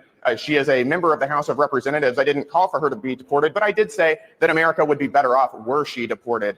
Woo! I think that there is a serious problem, particularly given after the past 4 years of open borders, of Democrats facilitating the invasion of our country by illegal aliens. My colleague Ilhan Omar was advising illegal alien Somalis on how to evade ICE detection. That is as un-American as you can possibly get. It's unbecoming of a congressperson. What evidence? Where are you getting that from specifically? Where are you getting that from specifically? We have the audio of her doing that. But do you think that What you mean? We seen the damn audio. Nah, I'm telling y'all, the caping for the migrants ain't working. Interview. She is a duly elected member of She Congress. has a Her duty to constituents uphold put the her in values office. and customs of America, you're not su- to represent foreign illegal aliens who shouldn't be here to begin Okay. with. And I think that raises she serious is questions. helping people understand what the laws are. But listen, That raises serious. To whom is she most loyal? Illegal aliens, Somalis, or American citizens? she's representing her I think that's a very constituents legitimate question. as a member of Congress. Congressman Brandon Gill, I really appreciate your time. No. Listen to what he says, y'all. Who is she really supporting? This goes back to the beginning of this broadcast. Everybody who is a migrant, anybody who fled to America, we're all questioning their allegiance to the USA based on them avoiding the law, based on them burning the flag, and based on them getting in the way of agents, things that Americans can't do. Now is the time where everybody is going to have to prove and show that they are for America if you are not from America. It is the day of Americans for America, and everybody else, your paperwork getting snatched. To whom is she most loyal? Illegal aliens, Somalis, or American citizens? She's representing her I think that's a very constituents legitimate question. as a member of Congress. That is a very legitimate question. Very legitimate question. Who are you most loyal to? And people are calling that out. And family, you know what that sounds a hell of a lot like? That sounds a hell of a lot like delineation. All right? Once again, delineation is here. Delineation is not coming. The delineation doesn't continue. Delineation is right here, right now. All right? Separation, regulation. And you're going to get your reparations. So now everybody's allegiance is getting called out. Same way we started calling out all these people who came here and cloaked themselves in our identity. The same way that everybody comes to the United States of America and they freeload off of what we created. Now everybody's seeing these different people, including her, and they're saying, well, wait a minute now. Who are you really loyal to? Everybody is following suit, and it's not good for them. So when you start seeing high-ranking people who come over here and they're getting called out for who they really support, then you know the same exact thing goes for the little Uber driver and the guy who ain't seen a stick of deodorant in his 50 years on this planet. They're all getting called out in the process. Watch this right here too, y'all. This individual is the same thing that we was talking about before. Fair use. And I'm proud to be part of that. I'm glad to hear that. Let me start with you've cracked down on sanctuary cities. The DOJ has put a pause on all federal funding to sanctuary cities and states. You filed a lawsuit against Chicago and the state of Illinois for being a sanctuary city. Am I wrong in my interpretation that a sanctuary city is aiding and abetting in lawbreaking? Family, is that not what we've been saying? How long have foundational Black Americans said that exactly? Aiding and abetting is when you have a sanctuary city. Now everyone's here. You're welcome, America. Thanks for finally showing up to what foundational Black Americans been saying. Sean, what they're doing is they are choosing illegal aliens over the safety and security of their own citizens and the men and women of law enforcement who are out there trying to protect their citizens. Not only did we sue today the city of Chicago, we sued the state of Illinois, we sued the mayor, we sued the governor, and we sued others. And let me be very clear, if you don't comply with federal law, you're going to be next. What about those that we now know apparently tipped off? Woo! Say that one more time. We sued the governor. Say that one more time, Becky, number 50. We sued the governor and we sued others. And let me be very clear, if you don't comply with federal law, you're going to be next. Easy work, easy work, easy work, easy work, easy work, easy work. That's how it should be. That's how it should be. That's how it should be. And apparently, y'all, that's how it is now. A lot of sweeping changes are coming to America. And I'm going to tell you right now, a lot of people are going to be having a difficult time trying to adjust, except for us, because those sweeping changes that are coming to America, foundational Black Americans already called them out. So it's easy for us. They're having a hard time. Basically, what I'm trying to tell y'all is everybody you see who's having a difficult time right now are going to be the people who have a difficult time in the future because they can't adjust. Everybody who's cool, calm, and collected, FBA, because we're the only ones, we're going to be the ones enjoying life. And we're enjoying life right now is because what's happening is been what we've already forecasted, what we've already foresaw, what we've already foreseen. Now, basically, all we got to do is sit back, get to the money, and focus. Now is the time more than ever to get to that goddamn bag. Now is the time more than ever to focus on getting that paper. When that paper gets to rolling in, y'all, everybody's going to get even more afraid than what they are now. And that's good. Real actual tangibles are coming. And not only are they saying the aiding and abetting thing, let's go down and listen to what Foundational Black Americans been talking about, right? Aiding and abetting, we called that first. Now everybody's calling them out on that, right? Then we also called out citizenship, being the originals naturalized. What's your paperwork look like? Now everybody's getting called out on their paperwork. Another thing is Donald Trump also, on top of suing Brandon Johnson in Chicago, he also came out now, y'all, and he said, you can catch these people in the courtroom. Remember all of that, right? Watch this, y'all. This is going to blow your mind.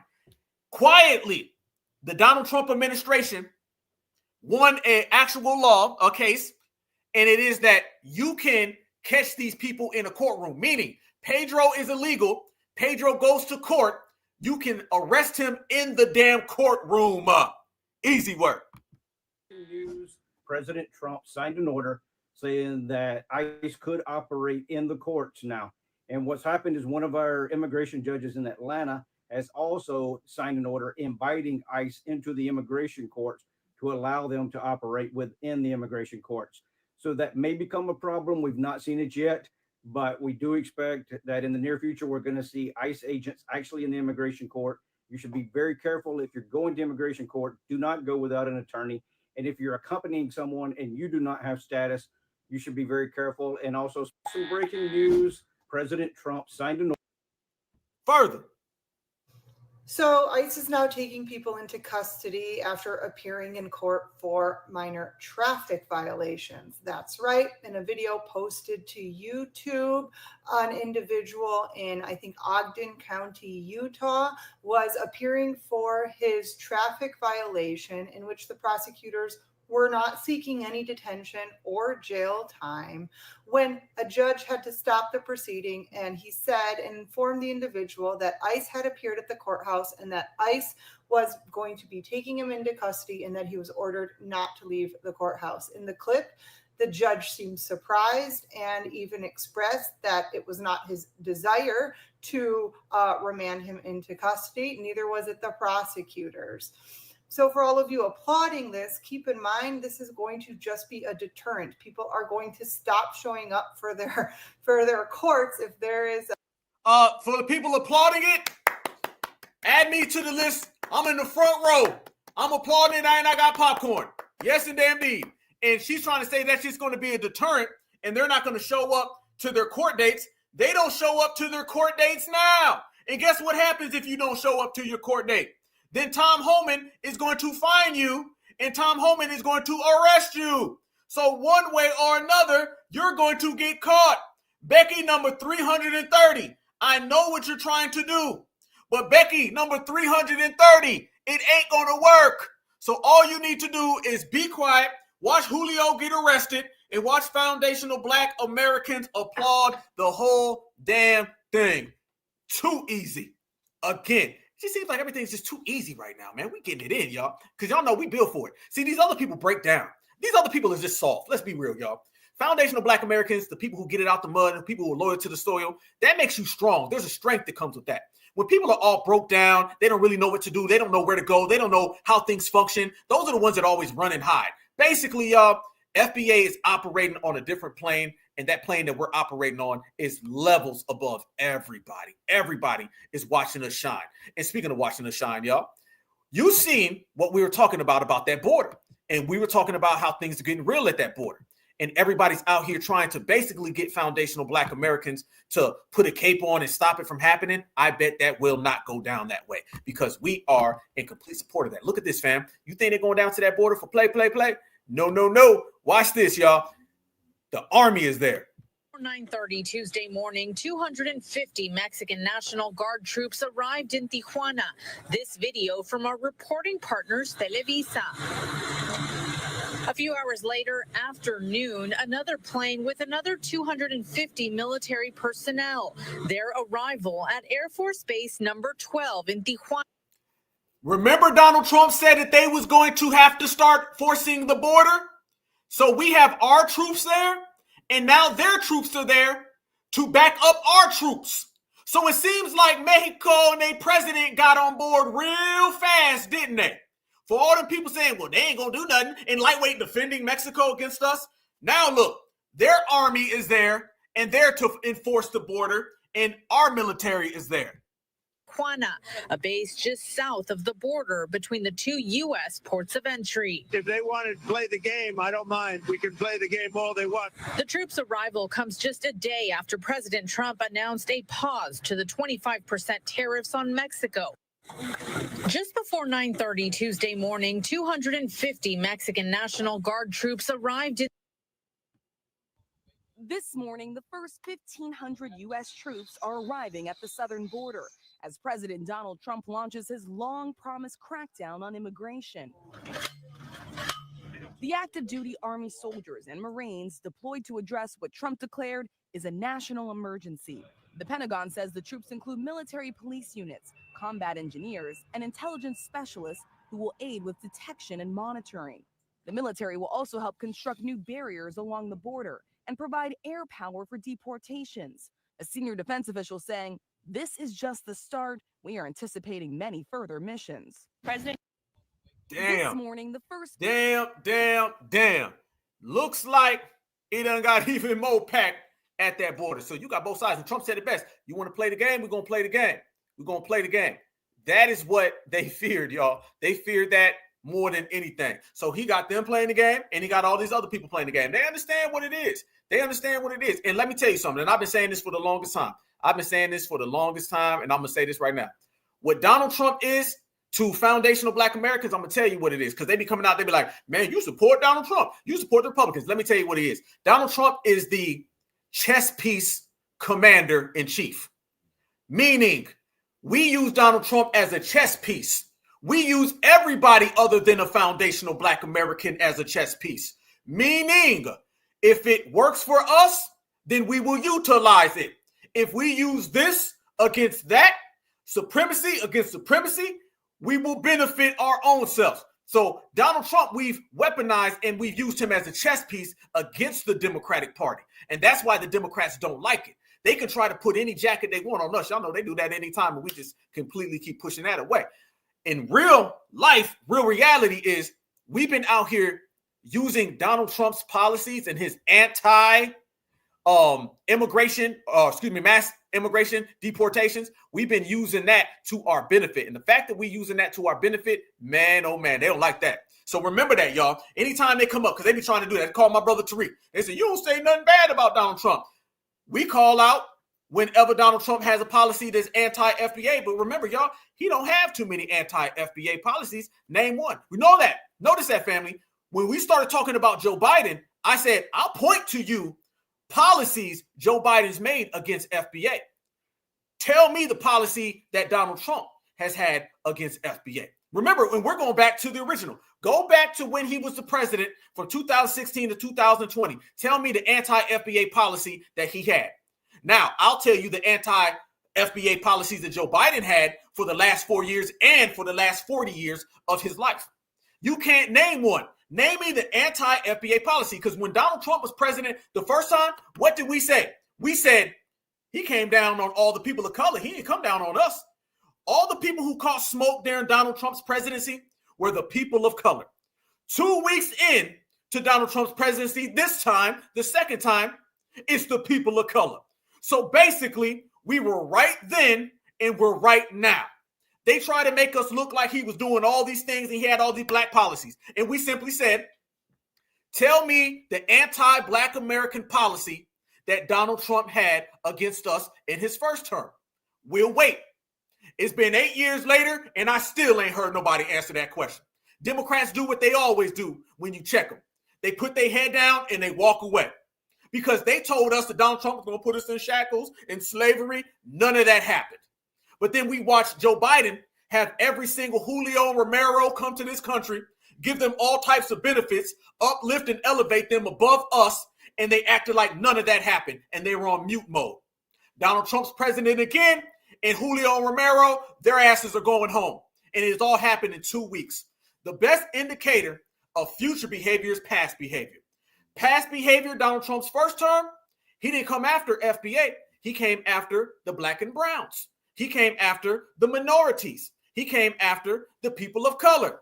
So if we use that indicator and we apply it to now, FBA standing on business, And Trump, we can do business because at the end of the day, everybody's just a chess piece on our board. And we screaming checkmate. Watch this, fam. This shows you a lot of other people who have been getting that damn wake-up call. And he cut off all that aid to Africa. So now you got a lot of Africans out there saying good because they want to get in good graces with Mr. Trump. There's a lot of crazy things going on in America, y'all. And FBA, man, we just playing to win, y'all. We just playing to win. Yes, I support the lady. Trump should cut everything completely. He shouldn't even make it 99, 90, whatever it is. He should cut it completely. We don't need it. It rather goes to other individuals, but not us. Please, he should cut it completely. Yes, I support the lady. Trump should cut everything completely. He shouldn't even make it 99, 90, whatever it is. He should cut it completely. We don't need it. It rather goes to other individuals, but not us. Please. That man said, cut it completely. We don't need it. We don't need no more money. Please keep the money. Okay, well, that sounds like a you problem, Mr. Mutombo. Fam, they got to work it out on their own. You're not getting us involved in this, Mr. Lumbumba III. You are on your own. You tell your sister, Miss Fufu, she on her own too. We minding our FBA business, and our business is so glorious. We don't have the time of day. Call Roland Martin, and maybe he can give you 8 cents because you ain't getting none from us. And you're starting to see a lot of them coming out here, and they're saying that they don't want the money. And I'm telling them, y'all going to have to work this out with Donald Trump because foundational Black Americans do not care. Y'all talking about assistance, we talking about reparations. We are not the same. We have depended on USaid for over 60 years. And the moment the owners of the money say, let's take a 90-day pause so that I audit where my money is going, suddenly the whole country goes into a frenzy. And this should be a moment of reflection for Uganda and the African continent in general. We have been asking for a very long time to be liberated from colonialism, neocolonialism. And now that the opportunity presents itself, for some reason, we are complaining. Because let's get something straight. Often the money given to us in foreign aid is lost to corruption, misuse, depleted and overrated salaries to particular individuals, or sometimes we lose billions of money that are unaccounted for. So it only makes sense that the donor is asking for an edit. And if that means pausing the amount of money coming in, they should. And I do understand the implications of this pause because so many heavily funded healthcare projects run on USaid. But that should be a moment of reflection. This is just a 90-day pause. What would happen if the United States just said, we're not giving you money anymore? And within their rights, they can't do that because it is their money. It's high time Uganda and the African continent got themselves together and actually started looking for systems that are sustainable and not always depend on foreign aid, because we are struggling with debt. On top of that, we have constant aid, which doesn't necessarily help us to have a more independent system. Instead of writing paragraphs of why this is a bad move, we should essentially realize that, we're actually in a bad situation and we cannot always depend on aid because it can go any day. African nations should wake up. Uganda should wake up. Family, let me go ahead and chop up with y'all. Let's assess this. So, foundational Black Americans who are foundational, indigenous, and native to the United States of America in the year 2025, we are going to get reparations, and Africans are having disputes about foreign aid from our country. Wait a minute. We're fighting for reparations based on the country that we built and the wealth that we created. Africa are having disputes about financial aid coming from the country that we built. So our money and y'all have no money. We are not the same. We fighting for reparations. They fighting about assistance. So no, some Africans are saying we don't need it. Some other ones are saying, please give it. Y'all know what's really going to end up happening, y'all? Let me tell y'all what's going to happen. They're going to start fighting each other because they're doing the same exact thing that they've always done, and they're doing the same exact thing that they have historically done. They beg America. America says, we're going to cut you off. And then they said, well, I'll give you Mr. Mutombo as a gift if you give me $5. Yeah, they're going to start reselling each other because anytime they're in a jam, that ends up being the main game. So they got some issues they need to work out because guess what, y'all? Notice, and I want to say this. All the tethers out there listening, let me talk about all the tethers. Let me talk about all of the Latino tethers. Y'all begging to stay in America, right? We're not. All of the African tethers, y'all begging for American financial aid. We're not. All of the tethers, the fleers, the hoppers, the skippers, the jumpers are all begging for something that foundational Black Americans already got, whether that is a place in our house or whether that is our money that we created. But either way, you ain't getting neither one of them because it belongs to the USA, and there'd be no USA without FBA. Write that down. Checkmate all the goddamn time. These folks out here begging, y'all. These folks out here begging, hoping, coping, but they ain't floating. That's what it is when you on our type of time, and it's that standard time, y'all. So ICE is out here rounding people up. These people are begging. These people are hoping, wishing that they could get something in return. Nothing's going the way they want. I mean, just crash out after crash out after crash out. Everyone's falling out of favor, and, you know, they can't make no amends. They can't make nothing pop off. They can't get nothing the real way. And when you can't get nothing the real way, it's a wrap for you. It's a wrap for you. And we got everybody wrapped up. It is a lovely thing when you are certified foundational Black American #1, but more so and more true to that, y'all, is when we move as a collective. We've been moving as a collective, and these people have been having all types of meltdowns. As we said, migrant meltdowns. They've been having tether temper tantrums. If it's bad, they've been having it. If it's good, it's us. And since we moving on that type of time, we don't have to be out here asking anybody for nothing. Notice that, y'all. We're not asking anyone. Everyone else is asking. Foundational Black Americans are demanding.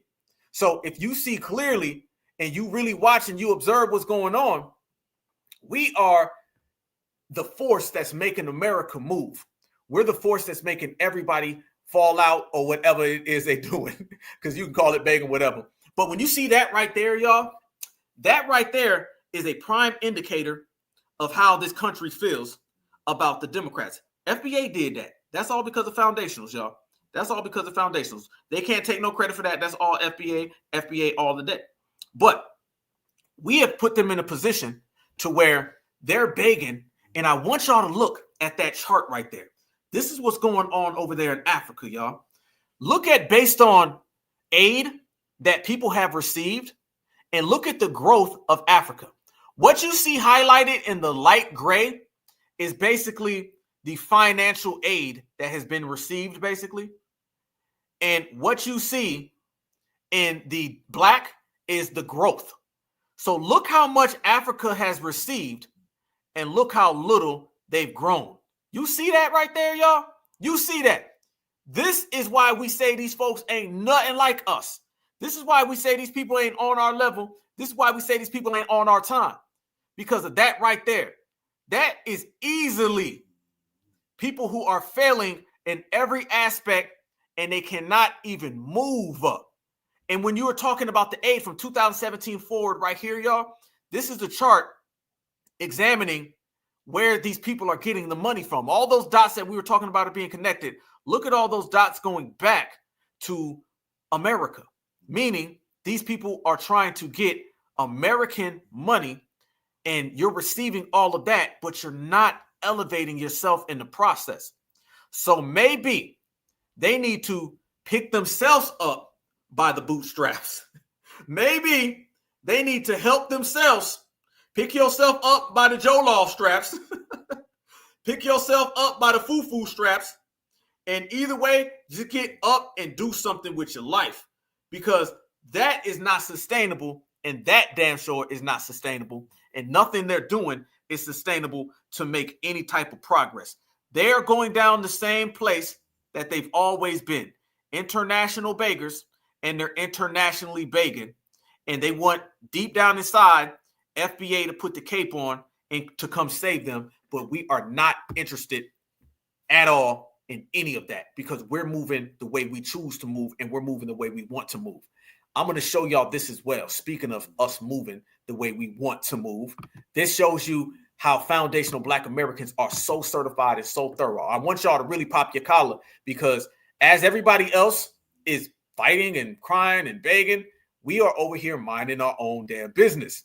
While everyone else is out here falling out, breaking down, with really nowhere to go, we are on our FBA business more thorough than ever.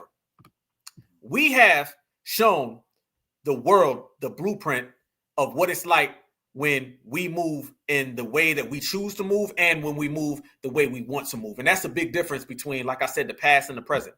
Back in the old days, I don't know what people was talking about. Now, people see what it's really hitting for. Check this right here, y'all. People see FBA is on that grind, and now they're saying, ain't no way in hell you're going to see any of these people stop what we're doing. They were talking about the cartel versus the United States military, right? Okay. Well, let's go ahead and plug them into why it'll be problematic. People are talking about the Mexican cartel versus the United States Marine Corps or any military forces. Now, I've been in the Marine Corps. I am a Marine, ex-Marine, ops. Now, I'm going to tell you, we can take our cooks and our supply people and take out the cartel. Woo! You can take... Say it again, brother. Who? Marine, ops. Now, I'm going to tell you, we can take our cooks and our supply people and take out the cartels. You can take the Navy and take them out. There's no military force more powerful than the United States Marine Corps or the United States military, period. We just choose not to let that dragging out. We could have took out the Taliban within a day. We could have did it within a day. People don't realize some of the technology, some of the power that United States military have. And you don't realize how intense we are trained for any case scenario. Me being a Marine, I can't speak on no other branch how they train. But we jungle warfare training, desert training, water ops, mountain warfare training, winter ops. We do so much different kind of training and all different case scenarios. We ain't gonna be defeated. We got some of the most advanced capability that out there in the world. Man, they still using ARs. They still using AK. Man, they ain't ready. If Mr. President Trump said go in, we can eliminate all the cartel members today. Easy. They can't even beat the Mexican military. The Mexican military, the one that putting in all the work over in Mexico. Now, the police are paid off, but when they see the Mexican Marine come, they get terrified. Now, the Mexican Marines, I can't speak on them, but I know they can't carry our jockstrap. They can't carry our jockstrap.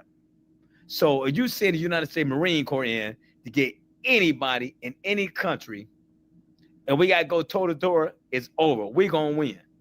Easy work, easy work, easy work. And I show y'all that to tell y'all this. Notice the difference. Notice that they were trying to people of color us, black and brown us. But when we look, a lot of those people of color, black and browns, they're advocating for migrants. And the migrants are over here advocating for being illegal. And all of them right now are burning American flags. Let's flip to the FBA side of town. On the FBA side of town, we're the ones out here waving our foundational Black American flag. We're waving our Black American heritage flag, and we're waving the United States of America flag because all of them belong to us. You see the difference? They're talking about burning the flag. We're waving the flag. They talking about running to the country. We're standing in the country. We're talking about defending the country, and they're talking about fighting our country. Big difference. Foundational Black Americans have fought in every single war. Foundational Black Americans have fought inside of this country, and we built this thing from the ground up. So you see how that brother's talking about the USA, and notice how Ms. Hernandez earlier was talking about the USA. Big difference. They're not like us. We are not the same. And we're making that clear in this era. You will not tie us in with people who burn the American flag. You will not tie us in to people who steal from us. You will not tie us into any of that. And we have made it clear. It's not something we're trying to make clear, not something we're trying to get a point across. No. The whole world knows that there's FBA and there's everybody else. The whole world has got the goddamn memo, message delivered, message received, that we are one of a kind and we are not like them. So as we move through this process, we push through this cycle, they're getting the goddamn point. They're getting the goddamn point. I'm seeing so many things pop up right now, y'all. Let me show y'all. These things are moving so fast and so rapid right here in America. And when I tell everybody that we have delineated to the point where nobody can try to put any jacket on us, man, y'all know things that got so damn real in the field. Let me show y'all this. I'm going to show y'all this because y'all going to be like, God damn. Everyone understands that foundational Black Americans ain't Julio, ain't Romero, ain't Mutombo. Yep. Look at what I got sent earlier on one of my posts. Check this out. This is Becky, number 77. She says, we need to stand with the blacks as white and take our country back. Focus on ourselves. Didn't we just show last week that the guy was saying Black Americans are more American than anybody? Didn't we see before people saying if we're going to give money to somebody, it should be reparations for Black Americans? Didn't we see Ann Coulter say she would support reparations for foundational Black Americans if it came out of all those slush funds that are going to all the illegals? You see right there, y'all, this proves the point that we have been making from day one. It's about us standing on lineage business. It's about us doing the regulating. But in the process of us doing all that regulating, we know for a fact, these people know damn well that we are American. These people know damn well that we are from the USA. They know damn well we are not migrants, people of color, or minorities. And we've proven that point to where nobody can deny it. The only people out here still trying to immigrant us are the Democratic Party and the three shills they got left. Roland Martin with the whole McDonald's menu and Jasmine Crockett with her lace front blowing down the street. That is it. Everybody else understands that foundational Black Americans created this country, and they understand not because they wanted to, but because they have to. So Becky number 72 right there, she knows because we made her acknowledge it. The same way we make all the migrants acknowledge it. The same way we make the Democrats, the Republicans, and the whole goddamn planet acknowledge. It is foundational Black Americans over everybody. And foundational Black Americans are in the center of everything, loud and proud, full and strong. So the more you see that, the more we chess piece, the more we play the game, the more we saying checkmate. It all goes in our favor. What I said, we are thorough, certified, and highly favored. Watch this right here, y'all. This is why we are on business. They know that we ain't got no capes, and they know we ain't coming to help. Señores, estamos aquí en Sprinter. Migración está llevando gente. Tengan cuidado porque y acaban de llevar a mi amigo. Se van a llevar a mi amigo y su familia. No salgan. Dice el oficial que se está resistiendo, ya no se está resistiendo. He's saying, FBA ain't coming to help me. FBA ain't coming to save me. It looks like La Migra's here and the people of color don't exist. And you absolutely right, Pedro.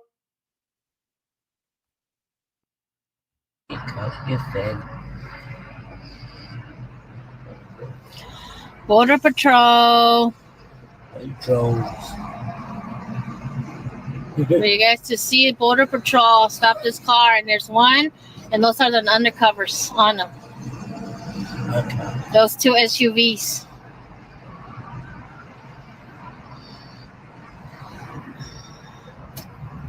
Another one. Oh, here goes the third one. Same kind of car, okay. Same kind of car. 1, 2, 3, 4 in the covers. So we don't know what is this going on here. Now let's go on the freeway and check it out. Damn, they're at the gas station. I thought this wasn't going to happen, Democrats. No, what ain't going to happen is no capes. Miren, hermosas, ahí va la migra. Tengan cuidado aquí en Bakersfield. Miren nomás, sí, está la migra aquí en Bakersfield, ladies. Oh, my God, miren nomás. Tengan mucho cuidado, ladies, cuando ustedes salgan. Este perro ya anda buscando a ver quién. Pedro, what you gonna do? What you gonna do when ICE comes for you, Julio? What you gonna do? What you gonna do when ICE comes for you? Not a damn thing. Easy work. To say farewell to Biden and the Democratic administration. Y'all have done so much of nothing for us. And we appreciate you for it. Because now we know what's best for us. So I want to say happy eviction day, Joe Biden and Kamala, because we have finally been unburdened by what has been. Won't it do it? So I just got done watching Biden's farewell speech. Watching his speech is like the perfect summary of what the last 4 years has been like. Overabundance of gaslighting, lack of accountability, lies, finger pointing, and stumbling of words. And it's the reason why he is going to still go down as not only the one president who has had the longest career in politics, but the one president who managed to become a president after having the longest career in politics, but the worst president in the history of the United States of America. Literally. You took time to finally address the American people, despite all of the chaotic that has been going on under your watch, to finally address us in a farewell speech, to warn us about the incoming administration. We've literally been watching you ruin our country. We're watching you send money overseas like every other week. We watched you ignore that we had drones that were floating over our country and you didn't do about it. Y'all ignored the We watched you ignore that. We watched you fall asleep overseas in Africa. And then not only that, you gave them money while we still got people that are sleeping in tents out in North Carolina. We watched you be a poor president. We watched you do this. We watched you.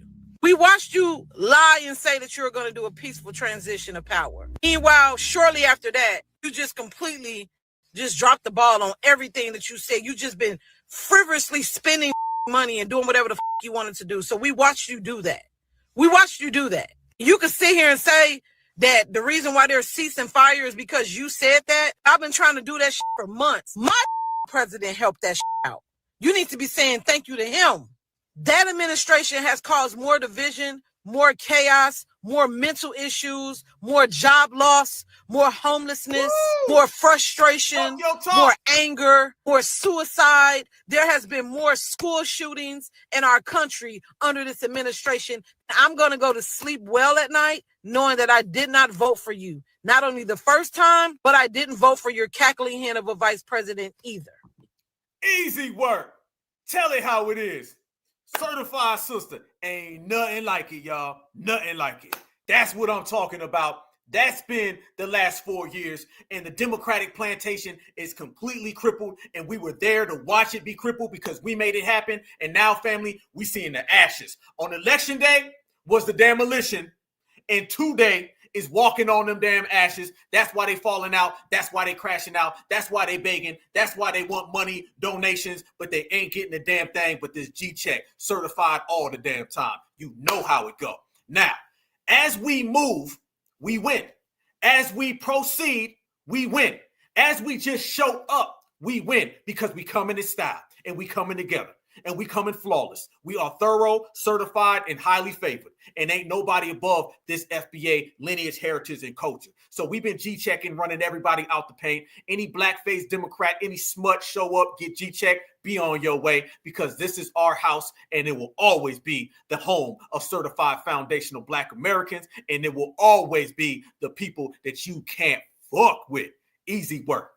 Family, I got a question though. You know what I'm saying? I got a question for my brothers and sisters since we in here right now. I got a question. I want to know, since it's FBA Friday, y'all know Black Alpha Network. We running y'all. We hot. We smoking. If you ain't subscribed to the Black Alpha Network, make sure you do. Oh, and a certified salute to Aaliyah. Much, much, much respect, baby girl. I want to ask a question to all of my brothers in the building right now. Because, you know, I got my brothers in here, you know, and it's always a great thing when I got my certified foundational Black American brothers with me. You feel me? It's a family affair. We are family. I got all my certifieds with me. Fam, last week, I think I asked the sisters. Y'all know where I'm going, all my day ones. If you're new to this channel, make sure you subscribe. And y'all know we play a game called Hell Yeah or Hell No. We play Smash It or Pass It, Tether Edition. Because y'all know the tethers is out there and they trying to always wife up one of our sisters. Hell, they been trying to wife up our men, all right? The tethers is always trying to get connected. Uh-oh, here we go. I see you. Only on the Black Alpha Network do we catch some oh no's. Yes, y'all. Here we go. It is on, it is on, it is on. Petty alert, petty alert, petty alert. Family, I have a question. Brothers, y'all was sitting back last time. Y'all was laughing when I got the sisters now. When we got the sisters last time, the sisters with a devastating hell no to Mr. Mutombo Lubumba. All right, I heard he was still crying tether tears. He said, FBA women don't like me. What do I have to do? I get fake hairline. I get hairline implants. I wear my hat to the side. And I said, family, it's a DNA thing. Sisters don't want tethers, man. They want a real certified FBA brother because we the best. Now, to the brothers, I know that y'all want a certified sister, but the tethers is out here and they want to play Eliminate Tether Edition. So I got the biggest one. Y'all, I'm telling y'all right now. Family, I'm telling y'all right now. The last tether and the one before that, it ain't nothing like today. This is going to be the biggest one. And the brothers, I need to know. Gene, I need to know. I need to know, family. I need to know. Let's go, let's go, let's go. Y'all know that after we crippled the Democratic plantation, they're all broke, right? They're all broke and beat down and battered, right? They're all embarrassed. They're all trash. They're all in the trash can. That's what FBA did to them, correct? Okay. Y'all know that Roland Martin out here begging for 2 cents a day. It was 8 when we first started. It's 2. It'll be 0 tomorrow, okay? Because that's what happens when you're homeless. He is. G-check. Nobody. So then you seen last week, Joe Biden signed with a talent agency. Y'all remember that, right? Joe Biden signed with a talent agency. Even Donald Trump was like, you got to be kidding me. Remember, we have battered their party to the point where Barack Obama's out here pushing up on Jennifer Aniston. He then went and had to go get a W woman from sitcoms in the 90s. Joe Biden signed with a talent agency. Donald Trump's clowning him. So everybody said, what about Kamala? What happened to Kamala Harris? Because y'all know the Democrats are on hard times right now. It's very bad out there. So the question becomes, to all my brothers out there, I'm hearing that Kamala is having some issues with Doug, P. Dougie. I heard that Kamala said that she wants to go get her an FBA. I heard that Kamala is down so bad, y'all, exclusive from the Black Alpha Network. Joe Biden is with a talent agency. Barack Obama's with Jennifer Aniston.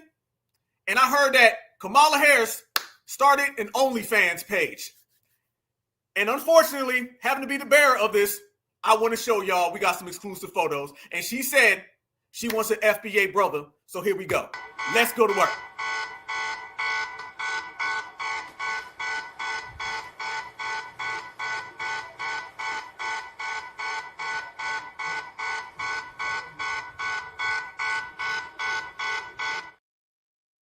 Brothers, I need a simple hell yeah or hell damn. You already got to the hell no's. I'll be damned. Family, wait a minute now. Don't knock Kamala till you try it. Kamala created her OnlyFans page after an astounding loss during the presidential election. Kamala Harris came out and said she needed some money. So she started her own OnlyFans page.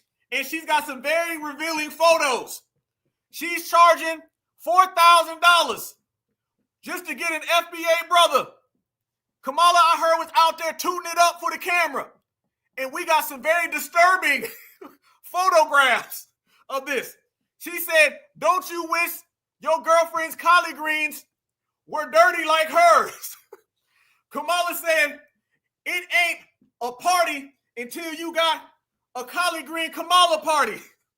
There she goes. She said, hold up, wait a minute. Let her put some Kamala in it. One more time. Kamala got a spread for y'all. She trying to get a brother, man. She tired of Mayo Dougie. She tired of fake grandmas. Y'all code in the chat. Whoa! Oh my goodness. Kamala out there. Kamala popping on the handstand. Family, Kamala out there with them Kamala cakes. She said, brothers, I can even do the flip like them rap videos that y'all be watching. She said she want to get real. Megan Thee Stallion. I heard Megan was training her.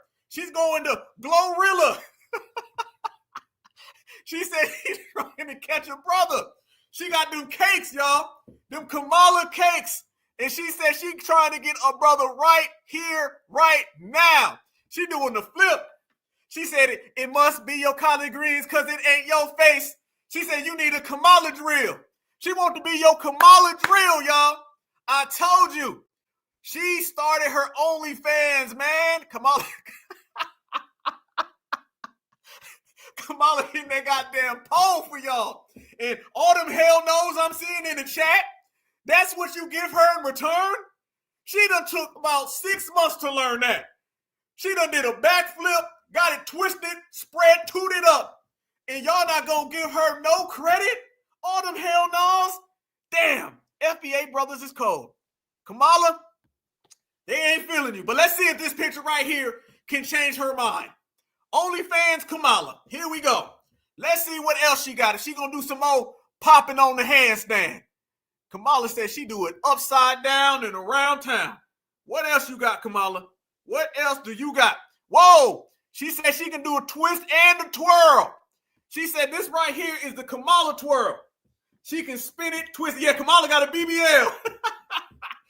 I got a question, y'all. What does Kamala's BBL stand for? Y'all let me know when y'all get that one. Damn, bro said, I'm good. Hell no. Nah.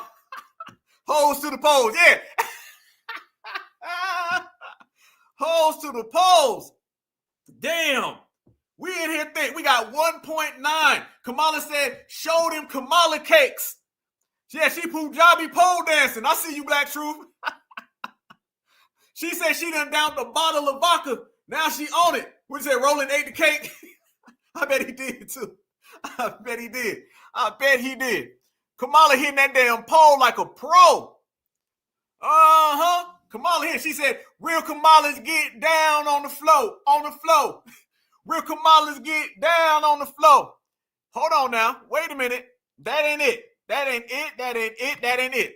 That is only the beginning of Kamala's. Yeah, you ain't lying. Yep. She Punjabi popping on the handstand. Damn, camel toe. She got more. Wait a minute now. Brothers, here she go.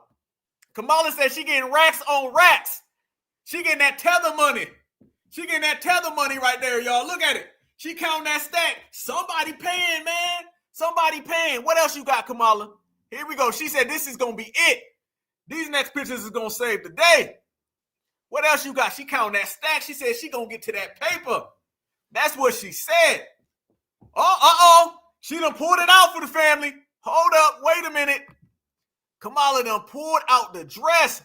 Broke back bum. I see that, Summer.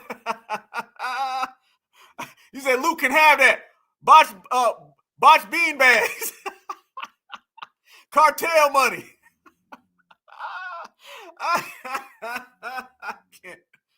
Damn. Kamala done pulled out the dress. She said, y'all gonna get these Kamala cakes.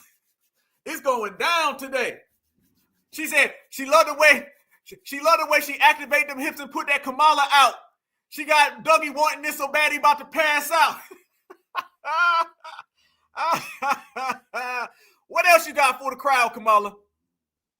Because I see they got a bunch of hell no's for you. I even seen some people say they threw up, but we gonna keep it moving. Let's see what else she got.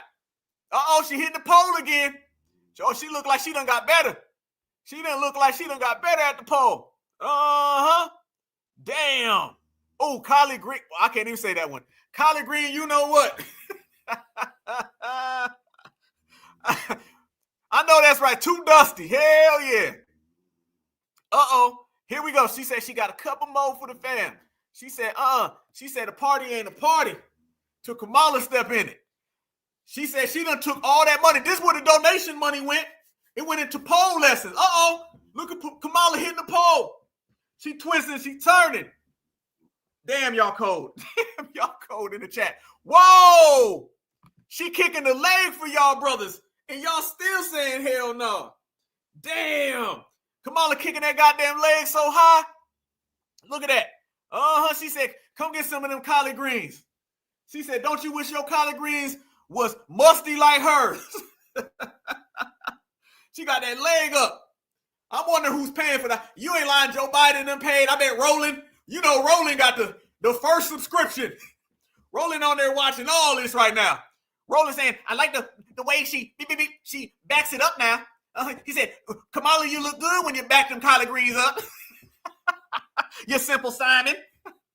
He said, do the simple Simon for me and back them collard greens up. Roland got a subscription. You know, Jason Whitlock got a subscription. Van Jones, he canceled his because he wanted a subscription with Dougie. You know damn well. They got a whole line of Michael Erica Dyson. He got him a subscription. He said he want Kamala to do the tip drill. He said, Kamala, how do you want it? How do you feel? Brothers, hold on now.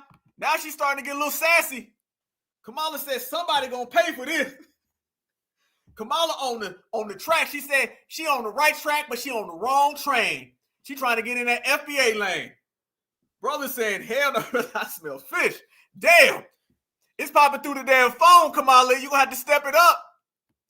Let's see what else you got, Kamala. Because the brothers ain't feeling you now. Where your number one picture? Where your big photograph? Where your big hold on. Kamala got the tongue out.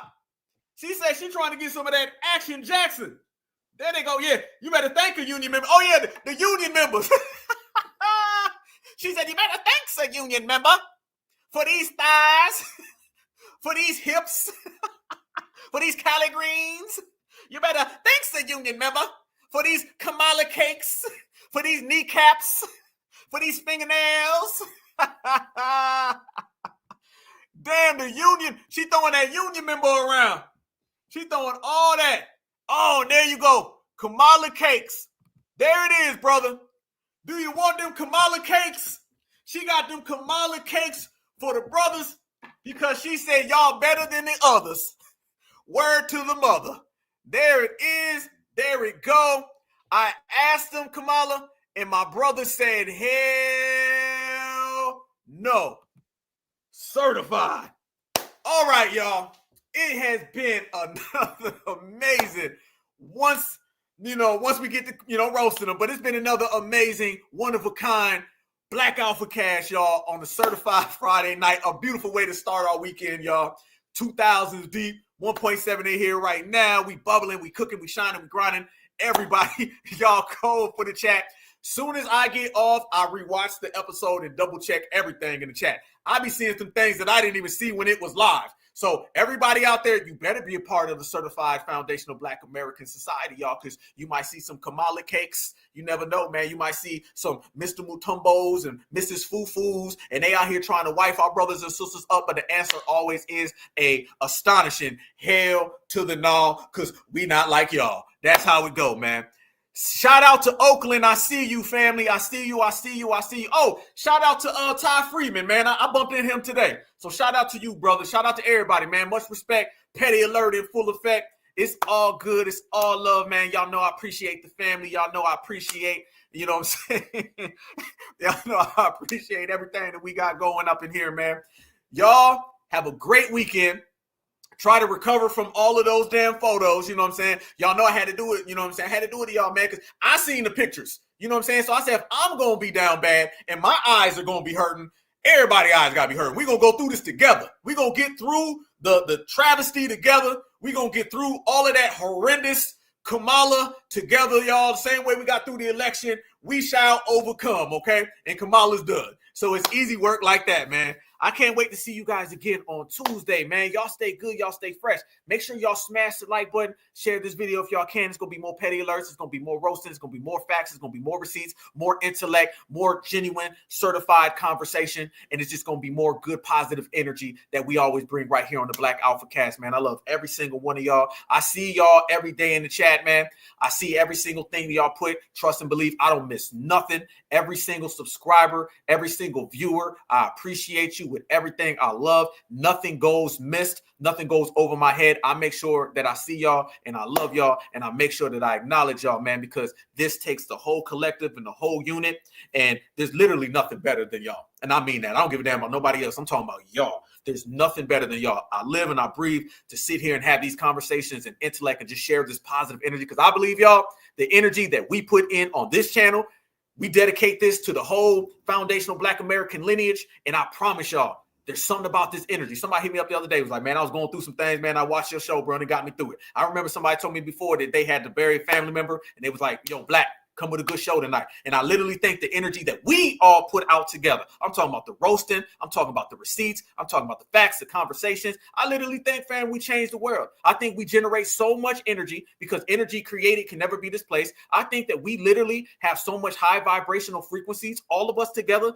that it literally casts energy out to every foundational Black American to change the world, man. So all it takes is for us to get on the same page, like we are, get on code, roast, laugh, have a great time, and just have what we always have right here on the Black Alpha Network. It's a big ass FBA family reunion. But the most beautiful thing about our family reunion, we have 2 of them every single week, fam. So we don't miss a goddamn thing. So our energy is strong. We put it out there and we change the world in the process. And you do that right here on the Black Alpha Network with me, man. Certified Black Society. Love you guys with a passion. Have a great week, y'all. Stay safe, stay lovely, stay vigilant. Tethers, you're going to have to get your own because foundational Black Americans are not going to date y'all. You're going to have to get your own tether dates because foundational Black Americans is doing our own certified thing. And always remember, y'all, we are thorough, we certified, and we highly favored. When I say highly favored, I mean high. That means above everybody else. Oh, by the way, rest in peace to Irv Gotti. Much love, certified salute up above, man. Rest in peace, Irv Gotti. Rest in peace, Trayvon Martin. He would have been 30. Okay, remember that Trayvon Martin is older than what George Zimmerman was. All right, so much respect to Trayvon Martin. A lot of what happened to him literally galvanized this, so you'll never be forgotten, man. So much love and respect. I remember having dreams about this young brother when I was a young brother and hoping that I could been there to save him. And it's just a long thing, man. So the ancestors be talking to me in my dreams and everything, just like y'all, because we're a family. So much love, certified salute up above, certified salute to all of our fallen people. Much love and respect for the lineage, heritage, and culture, you guys. Let's continue to roast everybody. Let's continue to stay on code. And let's continue to just be fly.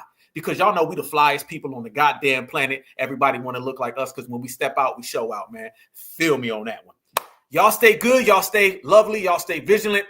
Happy Friday. We'll see you guys again on Tuesday. Enjoy your damn weekend. And anybody who gets in your way, stun on them, man. The only way FBA knows how to, and that's full and strong. Always remember that Black is beautiful and beautiful is always Black. Peace and love. Peace and love. Peace and love. Black Alpha. I want the whole damn world to hear this. And that is that foundational Black Americans, we didn't just build America, we created America. We're made in America. That's right. We're born in America and raised in America. We're from America, so we love America, and they not like us. We run America. Certified salute.